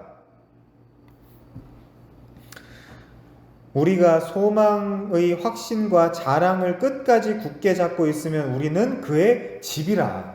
아까 에베소에서도 그랬죠? 우리가 그의 기업이라고. 그래서 결국 뭐가 더 우월하냐라는 것을 묻는 수사학적 질문인 것입니다. 왜요? 결국에 왜? 율법이 아니라 예수 믿으라고. 아브라함의 자손, 아브라함의 후손, 아브라함의 아들, 씨, 제라, 예수 그리스도를 믿으라고. 이 어리석은 갈라디아 사람들아, 그리스도의 복음이 그토록 밝히 드러났고 아브라함의 언약이 훨씬 더 우월한 것이 이렇게 확실하게 밝혀졌거늘 왜 미련하게 율법과 행위에 얽매여 있느냐라고 질문하고 있는 것입니다. 그래서 20절에서 그 중보자는 한 편만을 위한 자가 아니라 하나님은 한 분이시니라 라고 하는 거예요. 아브라함에게 약속하실 때 하나님은 독자적으로 행동하셨습니다. 자, 횃불 언약을 맺을 때도 기억하시죠? 창세기 15장. 하나님이 홀로 그 쪼갠 재물 사이를 지나가신 거, 그때 충분히 천사든 누구든 시킬 수 있었단 말이에요. 그런데 아니죠. 혼자 하셨습니다. 모든 것을 혼자 하셨어요. 약속 원하지 않았어요. 근데 찾아오셔서 언약하자, 카라트 베리트 하자 하시고 나서 하나님이 혼자 하셨단 말이에요. 그래서 바울에게 있어서는 쌍방 사이에서 중개하는 중보자는 독자적으로 행동하는 사람보다 열등하다라는 사상을 가지고 있고 그 사상이 이 문장들에게 깔려 있는 거예요. 그렇기 때문에 한 분 하나님과 대조되는 그 어떤 중보자도, 그 어떤 중개자도, 그 어떤 중제자도 문맥상 열등한 것입니다. 로마서 3장 30절입니다. 로마서 3장 30절이요. 할례자도 믿음으로 말미암아 또한 무할례자도 믿음으로 말미암아 의롭다 하실 하나님은 한 분이시니라. 이게 그러니까 하나님은 한 분이시니라 라는 것이 쉐마 사상이라고 갈라디아서든 로마서든 인용되기에는 굉장히 독특한 표현인데 성경 신약에 이 두 곳밖에 없죠. 문맥상 둘 다 또 공통점이 이방인의 구원이에요. 문맥상 기가 막히죠. 문맥들이 나아가 모든 사람의 구원입니다. 그러나 율법은 한시적인 거예요. 그것이 우리가 오늘 생각해 봐야 될 세 번째 이슈인 약속하신 자손이 오시기까지 라는 주제로 자연스럽게 넘어가야 되는 이유이죠. 자, 바울은 율법의 기간을 약속하신 자손이 오시기까지로 제한시켜 버립니다. 자, 물론 하나님의 제한이죠. 바울의 제한이 아니라. 자, 약속하신 자손은 누굽니까? 그리스도입니다. 그게 본문 3장 16절에 나와 있어요. 이걸 톰 라이트는 느슨하게 이 자손을 가족이라고 번역을 해야 된다라고 하는데 아닙니다. 그리스도입니다. 말도 안 되는 소리죠. 그렇게 성경에 써있고 그것이 문맥과 논리를 따라오다 보면 그리스도가 분명합니다.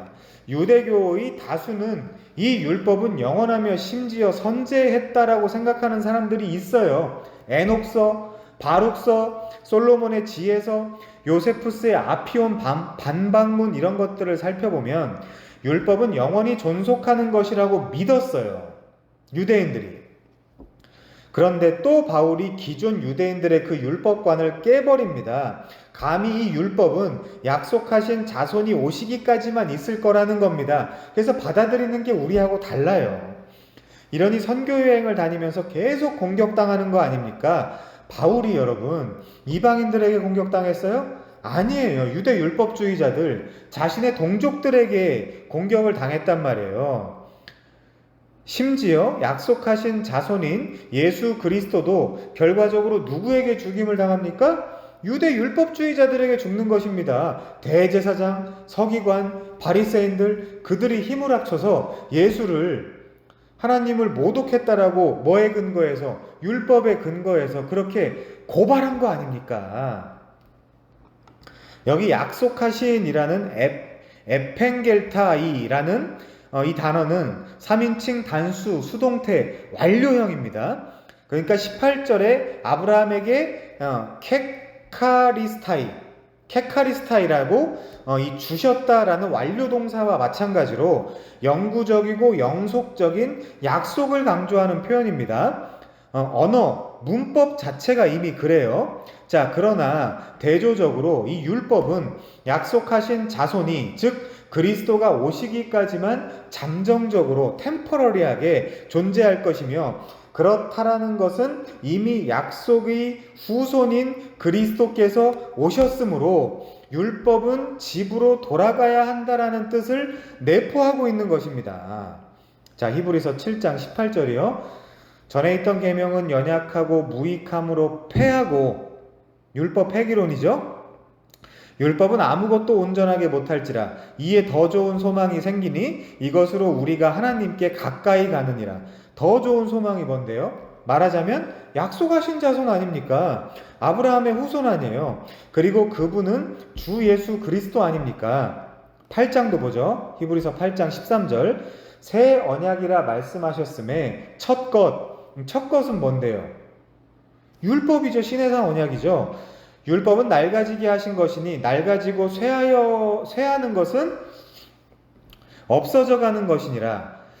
새 언약, 신약이죠. 첫 것은 구약입니다. 그리고 구약의 핵심은 시내산 언약입니다. 그리고 시내산에서 받은 언약은 분명히 율법이에요. 아까 찾아봤지만 신명기 5장과 출애굽기 20장에 나와 있는 십계명으로 대표되는 율법이란 말이에요. 그리고 그것은 천사들을 통하여 한 중보자인 모세를 통해 주어진 한시적으로만 존재할 돌판에 새긴 율법이란 말이에요. 그 율법 어디 갔어요? 돌판에 새긴 율법. 깨졌잖아요. 이 율법은 심지어 받자마자 밑에서 금송아지 만들어 놓고 미친 짓을 하는 그야말로 죄로 그토록 빨리 달려가는 인간들 때문에 받은 그 자리에서 깨져버렸습니다. 이 사건은 글로 새긴 두 돌판은 반드시 깨어질 것이라는 점을 암시하고 있어요. 또 율법이 시내산에서 내려오면 죽음이 있고 심판이 있을 것이라는 것을 예고하는 사건으로 볼 수 있어요. 본문 관련 장면이 찾아가서 봅시다. 조금 길지만 본문과 연결해서 생각하면서 좀 봅니다. 자, 출애굽기 34장입니다. 러프하게 보세요. 출애굽기 32장인가요?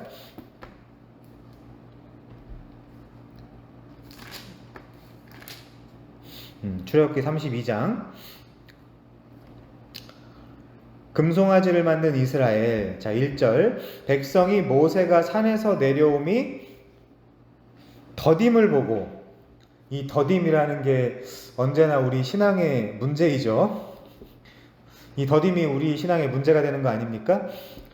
더딤을 보고 모여 백성이 아론에게 이르러 말하되 일어나라 우리를 위하여 우리를 인도할 신을 만들라.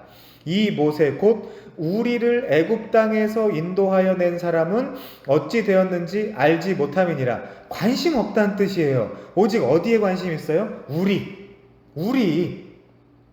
그래서 여러분 그 우리가 뛰어넘을 수 있으면 신앙생활은 쉽습니다. 예수도 그러잖아요. 죽어야 된다. 죽어야 산다. 우리가 우상숭배하는 궁극적인 목적이 뭡니까? 우상숭배를 왜 해요? 얻어지는 게 없는데도 우상숭배하는 사람이 있습니까? 그렇지 않죠. 우상숭배를 왜 하지요? 나를 위해서예요. 우리를 애굽 땅에서 인도하여 낸 사람은 어찌 되었는지 알지 못함이니라. 관심 없다. 신교체 사건. 왜요? 더뎌서. 내 마음에 안 들어서. 이거 우리를 폭로하는 문장이란 말입니다. 2절. 아론이 그들에게 이르되 너희의 아내와 자녀의 귀에서 금고리를 빼어 내게로 가져오라.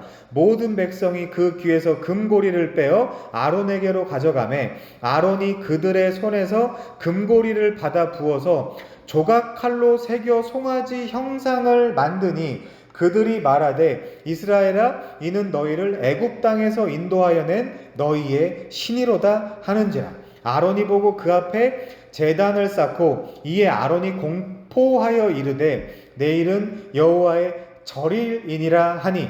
지킬 건 다 지켜요. 이렇게 말도 안 되는 신앙을 갖고 있는 인간들도 이튿날에 그들이 일찍이 일어나 게으름 피지 않습니다. 종교 생활에 번제를 드리고 화목제를 드리고 백성이 앉아서 먹고 마시며 일어나서 뛰놀더라. 번제와 화목제는 또 드립니다. 여러분 완전히 혼합주의죠. 이 인간들도 말하자면 예배랍시고 소 잡고 양 잡아서 번제도 하고 화목제도 한단 말입니다. 우리 이야기예요. 제 멋대로 예배하는 현대교인들. 근데 문제가 뭐예요? 그게 여호와면 어떻고 금송아지면 어떻냐라는 것입니다. 이들이 지금 여호와 하나님을 사랑하고 있어요? 고린도전서 제일 끝에 보면 바울이 그런 말 합니다. 예수를 사랑하지 않는 자에게는 저주가 있을지어다. 근데 얘들의 생각은 어때요? 복이나 주는 송아지 한 마리 있으면 됐지. 그게 하나님이면 어떻고 송아지면 어떻냐. 만들어라. 내 눈에 좀 보이게. 답답하지 않게. 더디지 않게. 우리가 교회를 다니긴 하지만 뭐 하나님에 대해서 깊게 알 필요가 뭐가 있냐. 그저 교회나 좀 다녀주고. 잘 생각해 보세요. 여러분들이 여태까지 가기 싫을 때 누가 와달라고 해서 다닌 거 아닌가. 돈이나 내주고 아까운데 그거 안 받는다니까요. 아까우면 안 내도 돼요. 봉사나 해주고. 누가 하래요 그 더러운 봉사를. 하기 싫은데 억지로 하는 봉사를. 그래 주면 됐지. 그래서 복이나 주면 됐지. 그게 송아지면 어떻고 여호와 하나님이면 어떻고. 이게 우리의 문제란 말입니다. 7절 여호와께서 모세에게 이르시되 너는 내려가라. 네가 애굽 땅에서 인도하여 낸 네 백성이, 네 백성이라고 돼 있죠? 부패하였도다. 그들이 내가 그들에게 명령한 길을 속히 떠나 자기를 위하여 송아지를 부어 만들고 그것을 예배하며. 여러분 우리 누구 예배하고 있죠 지금? 우리 마음속에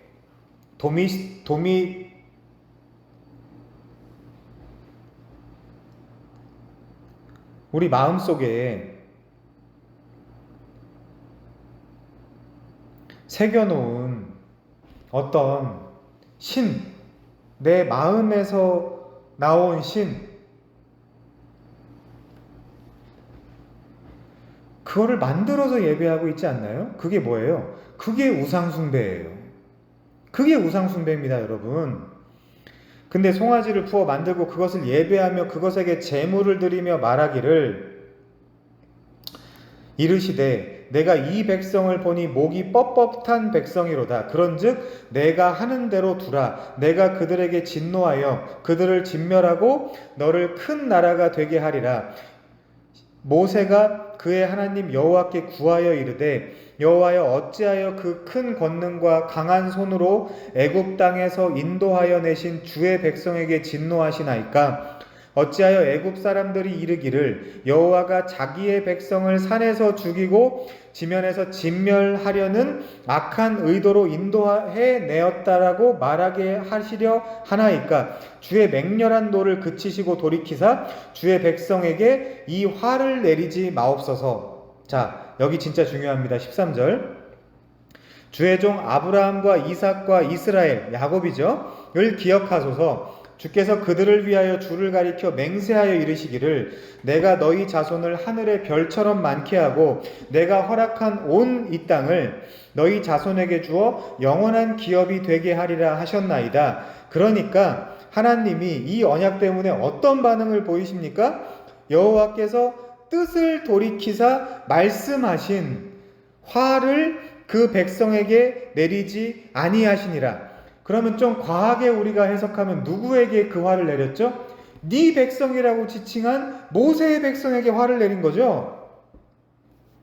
모세가 돌이켜 산에서 내려오는데 두 증거판이 그의 손에 있고 천사들을 통하여 한 중보자의 손으로 베푸신 것이죠. 이 두 증거판이 그 판의 양면 이쪽 저쪽에 글자가 있으니 그 판은 하나님이 만드신 것이요 글자는 하나님이 쓰셔서 판에 새긴 것이더라.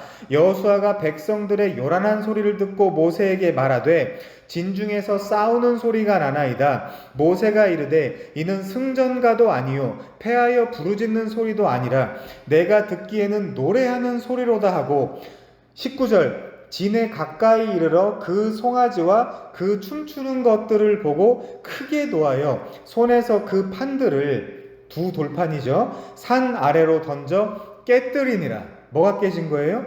율법이 깨진 거예요. 그리고 심판이 일어나는 것입니다. 모세가 그들이 만든 송아지를 가져다가 불살라 부수어 가루를 만들어 물에 뿌려 이스라엘 자손에게 마시게 하니라. 모세가 아론에게 이르되 이 백성이 당신에게 어떻게 하였기에 그들이 당신이 그들을 큰 죄에 빠지게 하였느냐. 아론이 이르되 내 주여 노하지 마소서. 이 백성의 악함을 당신이 아나이다. 아니, 자기도 해놓고 자기도 거기 동참했잖아요. 자기도 그 칼로 그걸 만들지 않았습니까? 지금 뭐예요? 아담이랑 똑같은 짓을 하고 있죠? 아담 이야기의 반복이란 말이에요. 구약에 나오는 모든 죄는, 물론 신약에 나오는 죄들도 마찬가지겠습니다만은, 그들이 내게 말하기를 우리를 위하여 우리를 인도할 신을 만들라. 이 모세 곧 우리를 애굽 땅에서 인도하여 낸 사람은 어찌 되었는지 알 수 없노라 하기에 내가 그들에게 이르기를 금이 있는 자는 빼내라 한즉 그들이 그것을 내게로 가져왔기로 내가 불에 던졌더니 이 송아지가 나왔나이다. 던지기만 했는데 송아지가 나왔어요? 아깐 조각했다며요. 그러니까 살짝 물 타고 있죠. 금을 가져오라고 한 건 내가 맞지만 이 금을 던졌더니 송아지가 불쑥 튀어나왔습니다. 이것도 우리의 죄성 아닙니까? 맨날 하는 거짓말. 이 거짓말을 또 누가 했어요? 아담이 했죠. 당신이 준 하와 때문에 내가 범죄하였나이다. 25절 모세가 본즉 백성이 방자하니 이는 아론이 그들을 방자하게 하여 원수에게 조롱거리가 되게 하였습니다.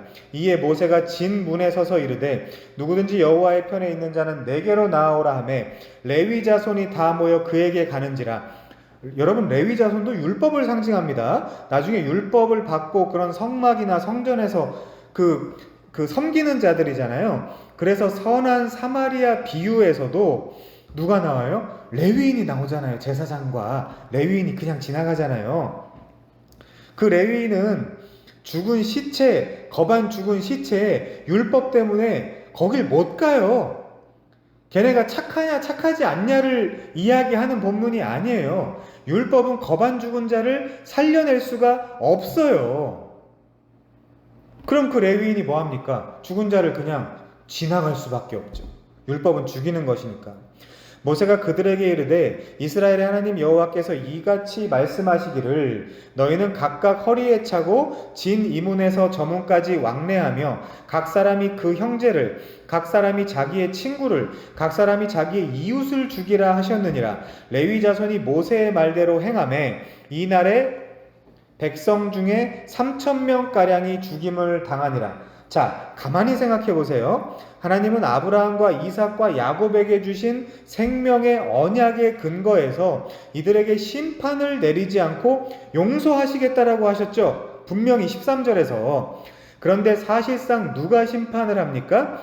25절에 보니까 모세가 본즉입니다. 다시 이거 중요하단 말이에요. 하나님은 분명 13절에 주의 종 아브라함과 이삭과 이스라엘을 기억하시고 자카르 주께서 그들을 위하여 주를 가리켜 맹세하여 이르시기를 내가 너희 자손을 하늘의 별과 같이 많게 하고 살리는 역사. 근데 여기서 진멸해버리면 어떻게 해요? 하나님이 옛날 하신 언약이 깨져버리는 거잖아요. 사람이 죽고 사는 게 문제가 다가 아니라 그러면 이 언약의 하나님도 그 언약을 못 지키시는 분으로 드러난단 말이에요. 내가 허락한 이 온 땅을 너희 자손에게 주어 영원한 기업이 되게 하리라 하신 언약은 언약을 뭐 했어야죠? 하나님이 분명히 자카르 했죠. 말하자면 기억했잖아요. 이 언약 때문에 하나님은 지금 이 자리에서도 용서를 작정하셨습니다. 여러분, 출애굽의 근거가 뭡니까? 출애굽 2장 23절 25절입니다.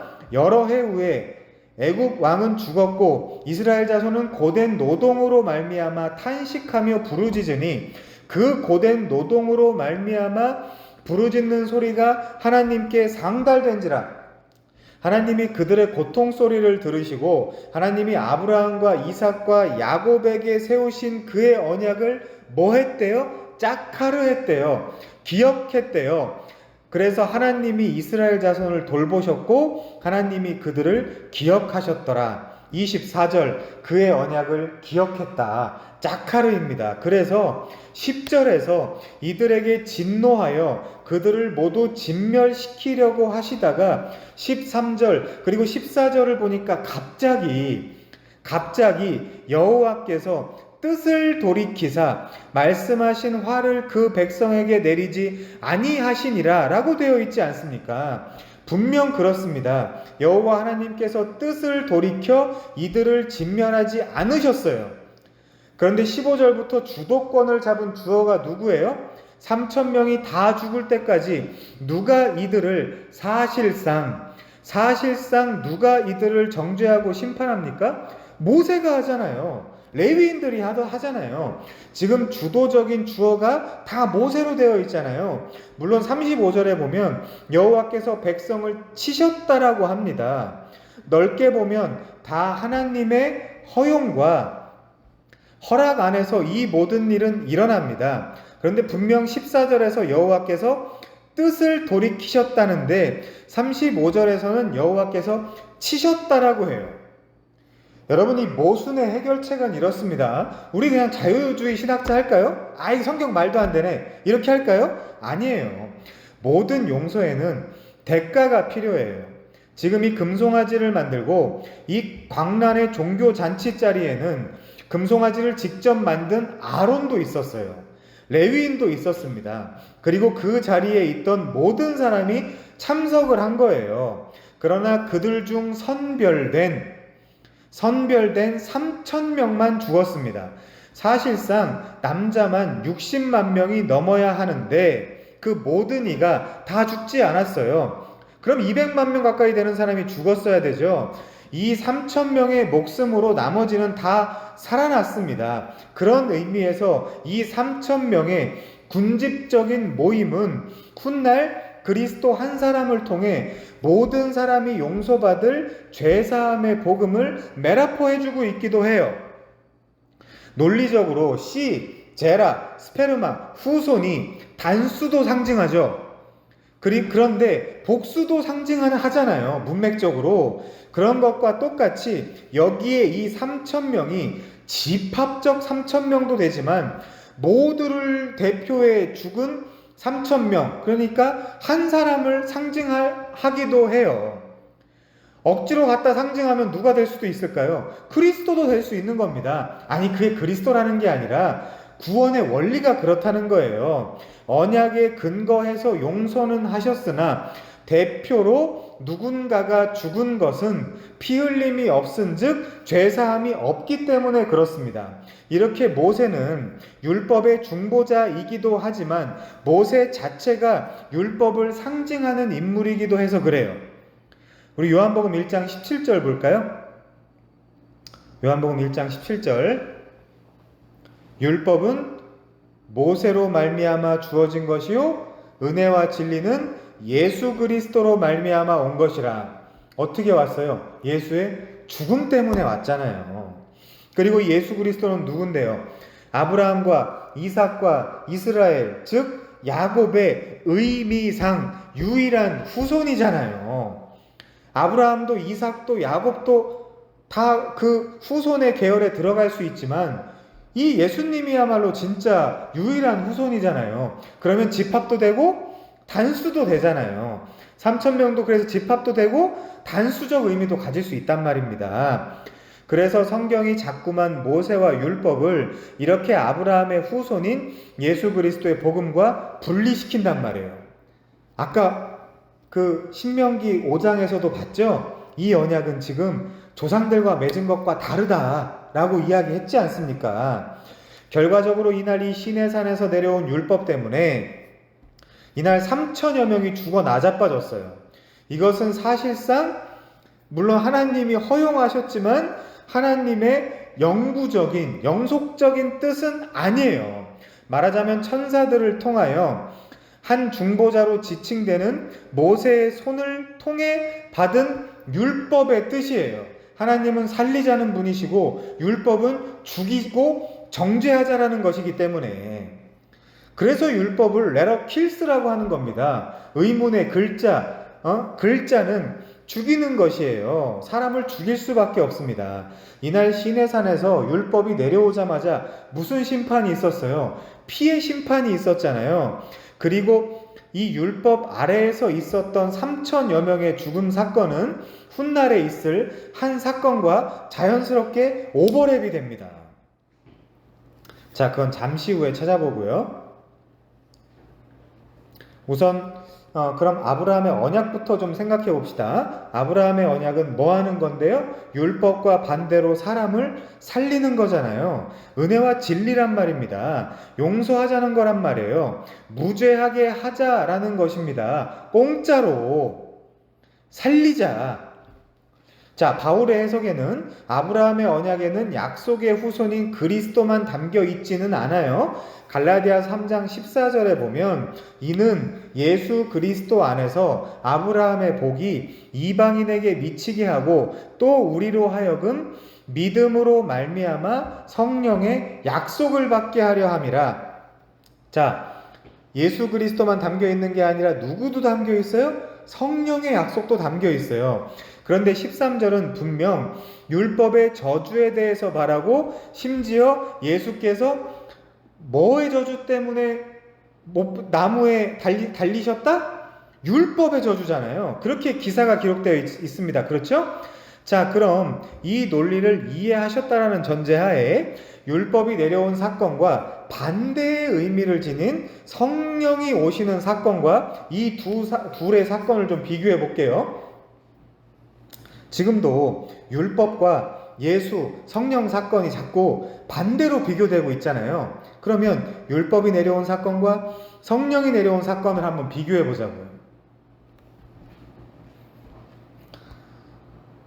사도행전 2장입니다. 1절 소제목은 오순절 날의 역사, 펜타코스트, 오순절, 성령 강림.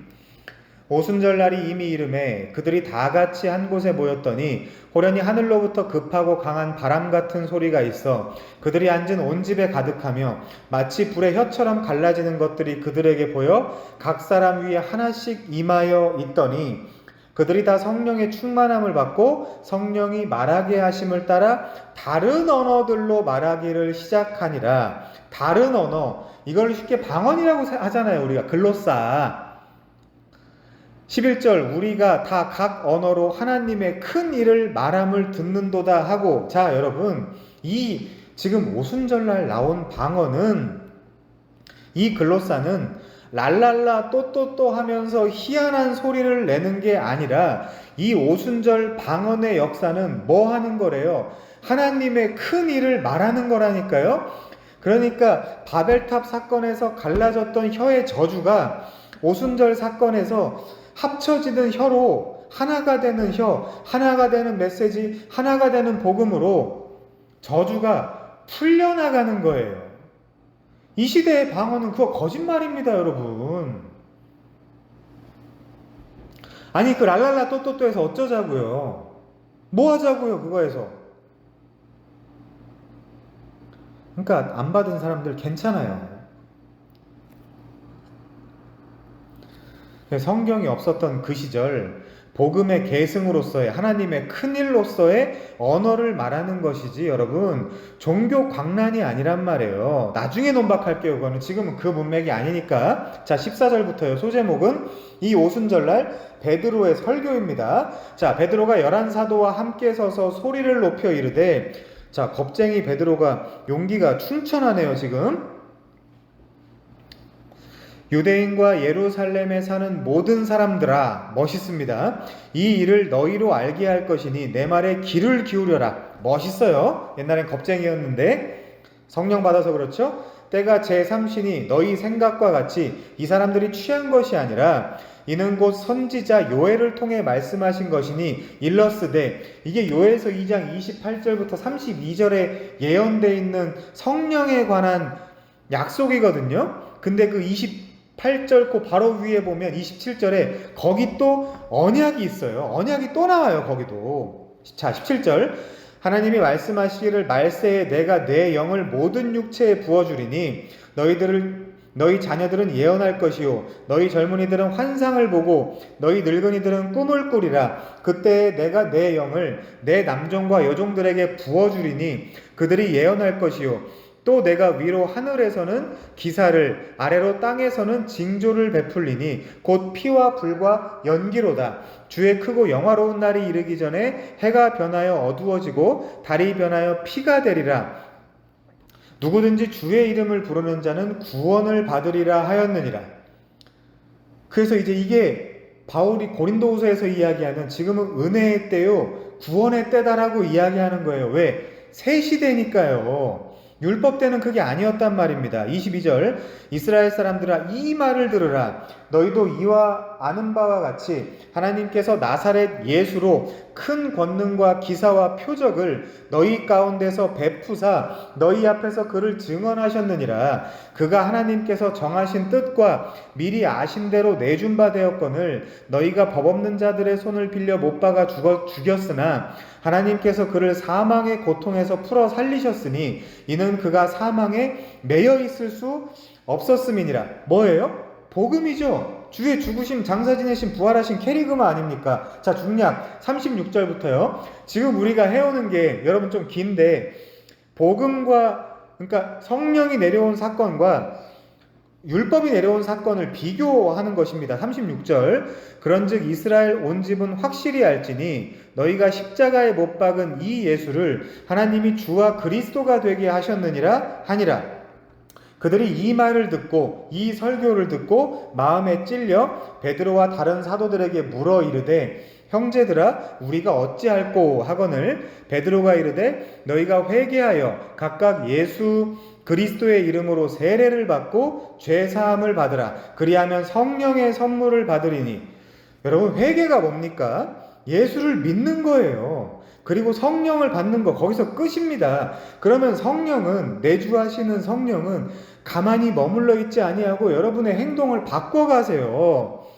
그런데 그것이 성령 세례란 말입니다. 여러분 근데 요한의 세례는 몇 가지 죄를 고치는 거 아니에요? 우리가 그동안 그렇게 배워왔잖아요. 몇 가지 죄를 네 힘으로 고쳐라. 그렇지 않으면 회개의 정당성을 가질 수 없다. 그게 아니란 말이에요. 오히려 반대예요. 근데 이 예수 안 믿는 인간들이 자기를 근거로 사는 인간들이 이런 메시지를 시시해하는 것입니다. 예수를 믿고 성령을 받으면 그 성령이 그 하나님의 뜻대로 소원대로 나를 길러가시는 것 그게 회개예요. 39절 이 약속은 자 뭐예요? 또 약속이죠. 너희와 너희 자녀와 모든 먼데 사람이 누구예요? 그게 우리라니까요. 그게 우리. 말하자면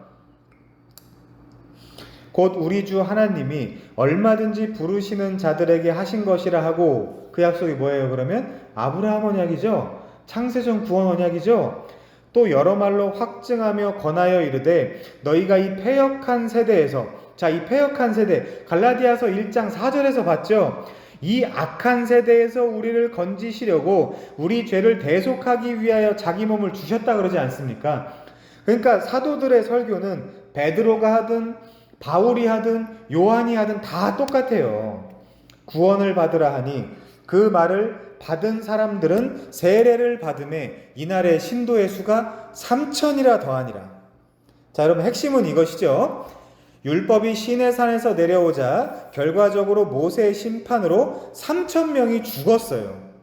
하나님의 심판이 아니라 문맥은 분명 모세 율법의 심판이에요. 비겁한 변명입니까? 거기 그렇게 써 있잖아요. 그럼 14절에 출애굽기 32장 14절에 용서한다고 하고 그럼 전부 다 죽입니까? 뭐 그런 신이 다 있어요. 그래서 율법은 죽이는 거예요.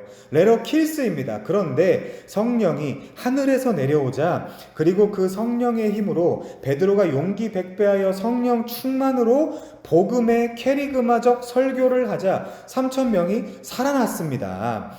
율법이 내려올 때는 3,000명이 죽었고 묘하게 은혜의 성령이 내려올 때는 복음 때문에 3,000명이 살아났어요. 이 명확한 대조를 아시겠습니까? 그래서 성령을 따라 살라는 것입니다. 율법을 따라 살면 죽는다니까요. 그래서 바울은 고린도후서 3장 6절에서 Let us kiss, but the Spirit gives life라고 한 것입니다. 스피릿이 라이프를 주는 거예요. 이것이 복음과 율법의 차이지요. 그런데 갈라디아 사람들은 꾀임에 빠져서 율법을 지키고 할례도 우리가 받아야 하는 것 아닐까라고 생각을 했다라는 것입니다. 여러분, 그런즉 율법이 무엇입니까? 천사들을 통하여 중보자의 손으로 준 열등한 법이에요. 다음 시간은 왜 열등한 건지를 설명할 겁니다. 그리고 그것은 약속하신 자손이 오시기까지만 있어야 합니다.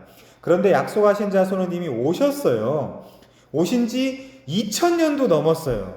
그런데 모질이들이 아직도 율법을 지켜서 구원을 받고 또 구원을 유지할 수 있는 것처럼 속이고 또 속고 있습니다. 거창하게 양복 입고 아주 세련되게 여러분 우리 윤리도덕적으로 살아야 됩니다. 율법을 지켜야 됩니다. 그러고 앉아 있어요. 그러니까 속는 것입니다.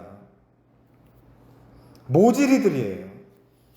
높아심에 말씀드리지만 여러분, 율법은 분명 거룩하고 선한 것입니다. 율법을 지키지 말라는 것이 아니라 율법을 지킬 수 없다라는 이야기예요. 그럼 거기서 끝낼까요, 하나님이? 그래서 성령을 주셨잖아요.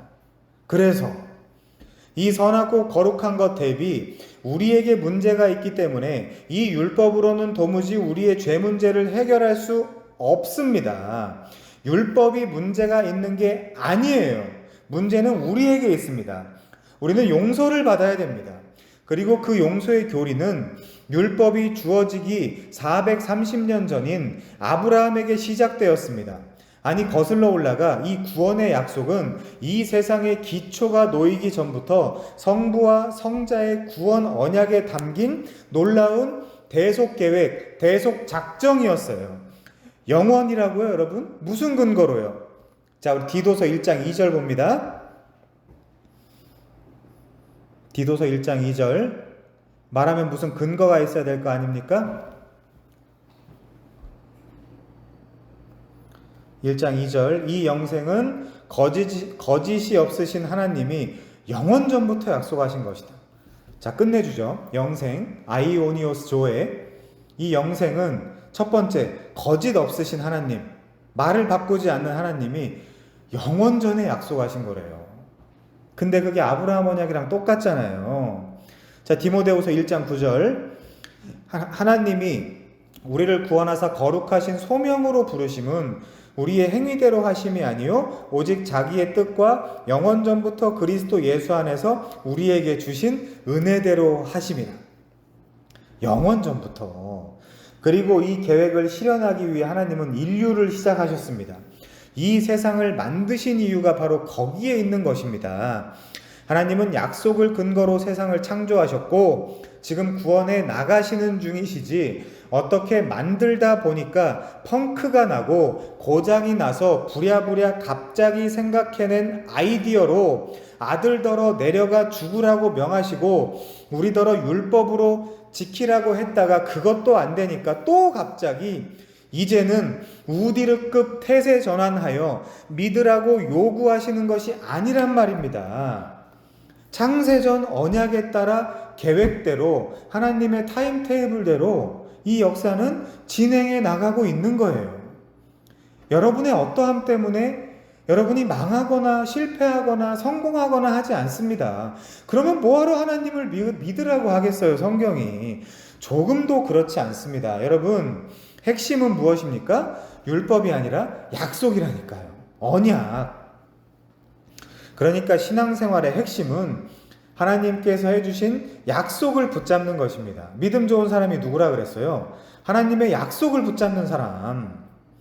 부디 여러분이 율법, 즉 행위가 아닌 약속, 즉 믿음에 천착하시게 되기를 바랍니다. 오직 의인은 믿음으로 삽니다. 자, 우리 말씀 하나 같이 보고 마치겠습니다. 디도서 3장 3절에서 9절까지입니다. 디도서 3장 3절에서 9절.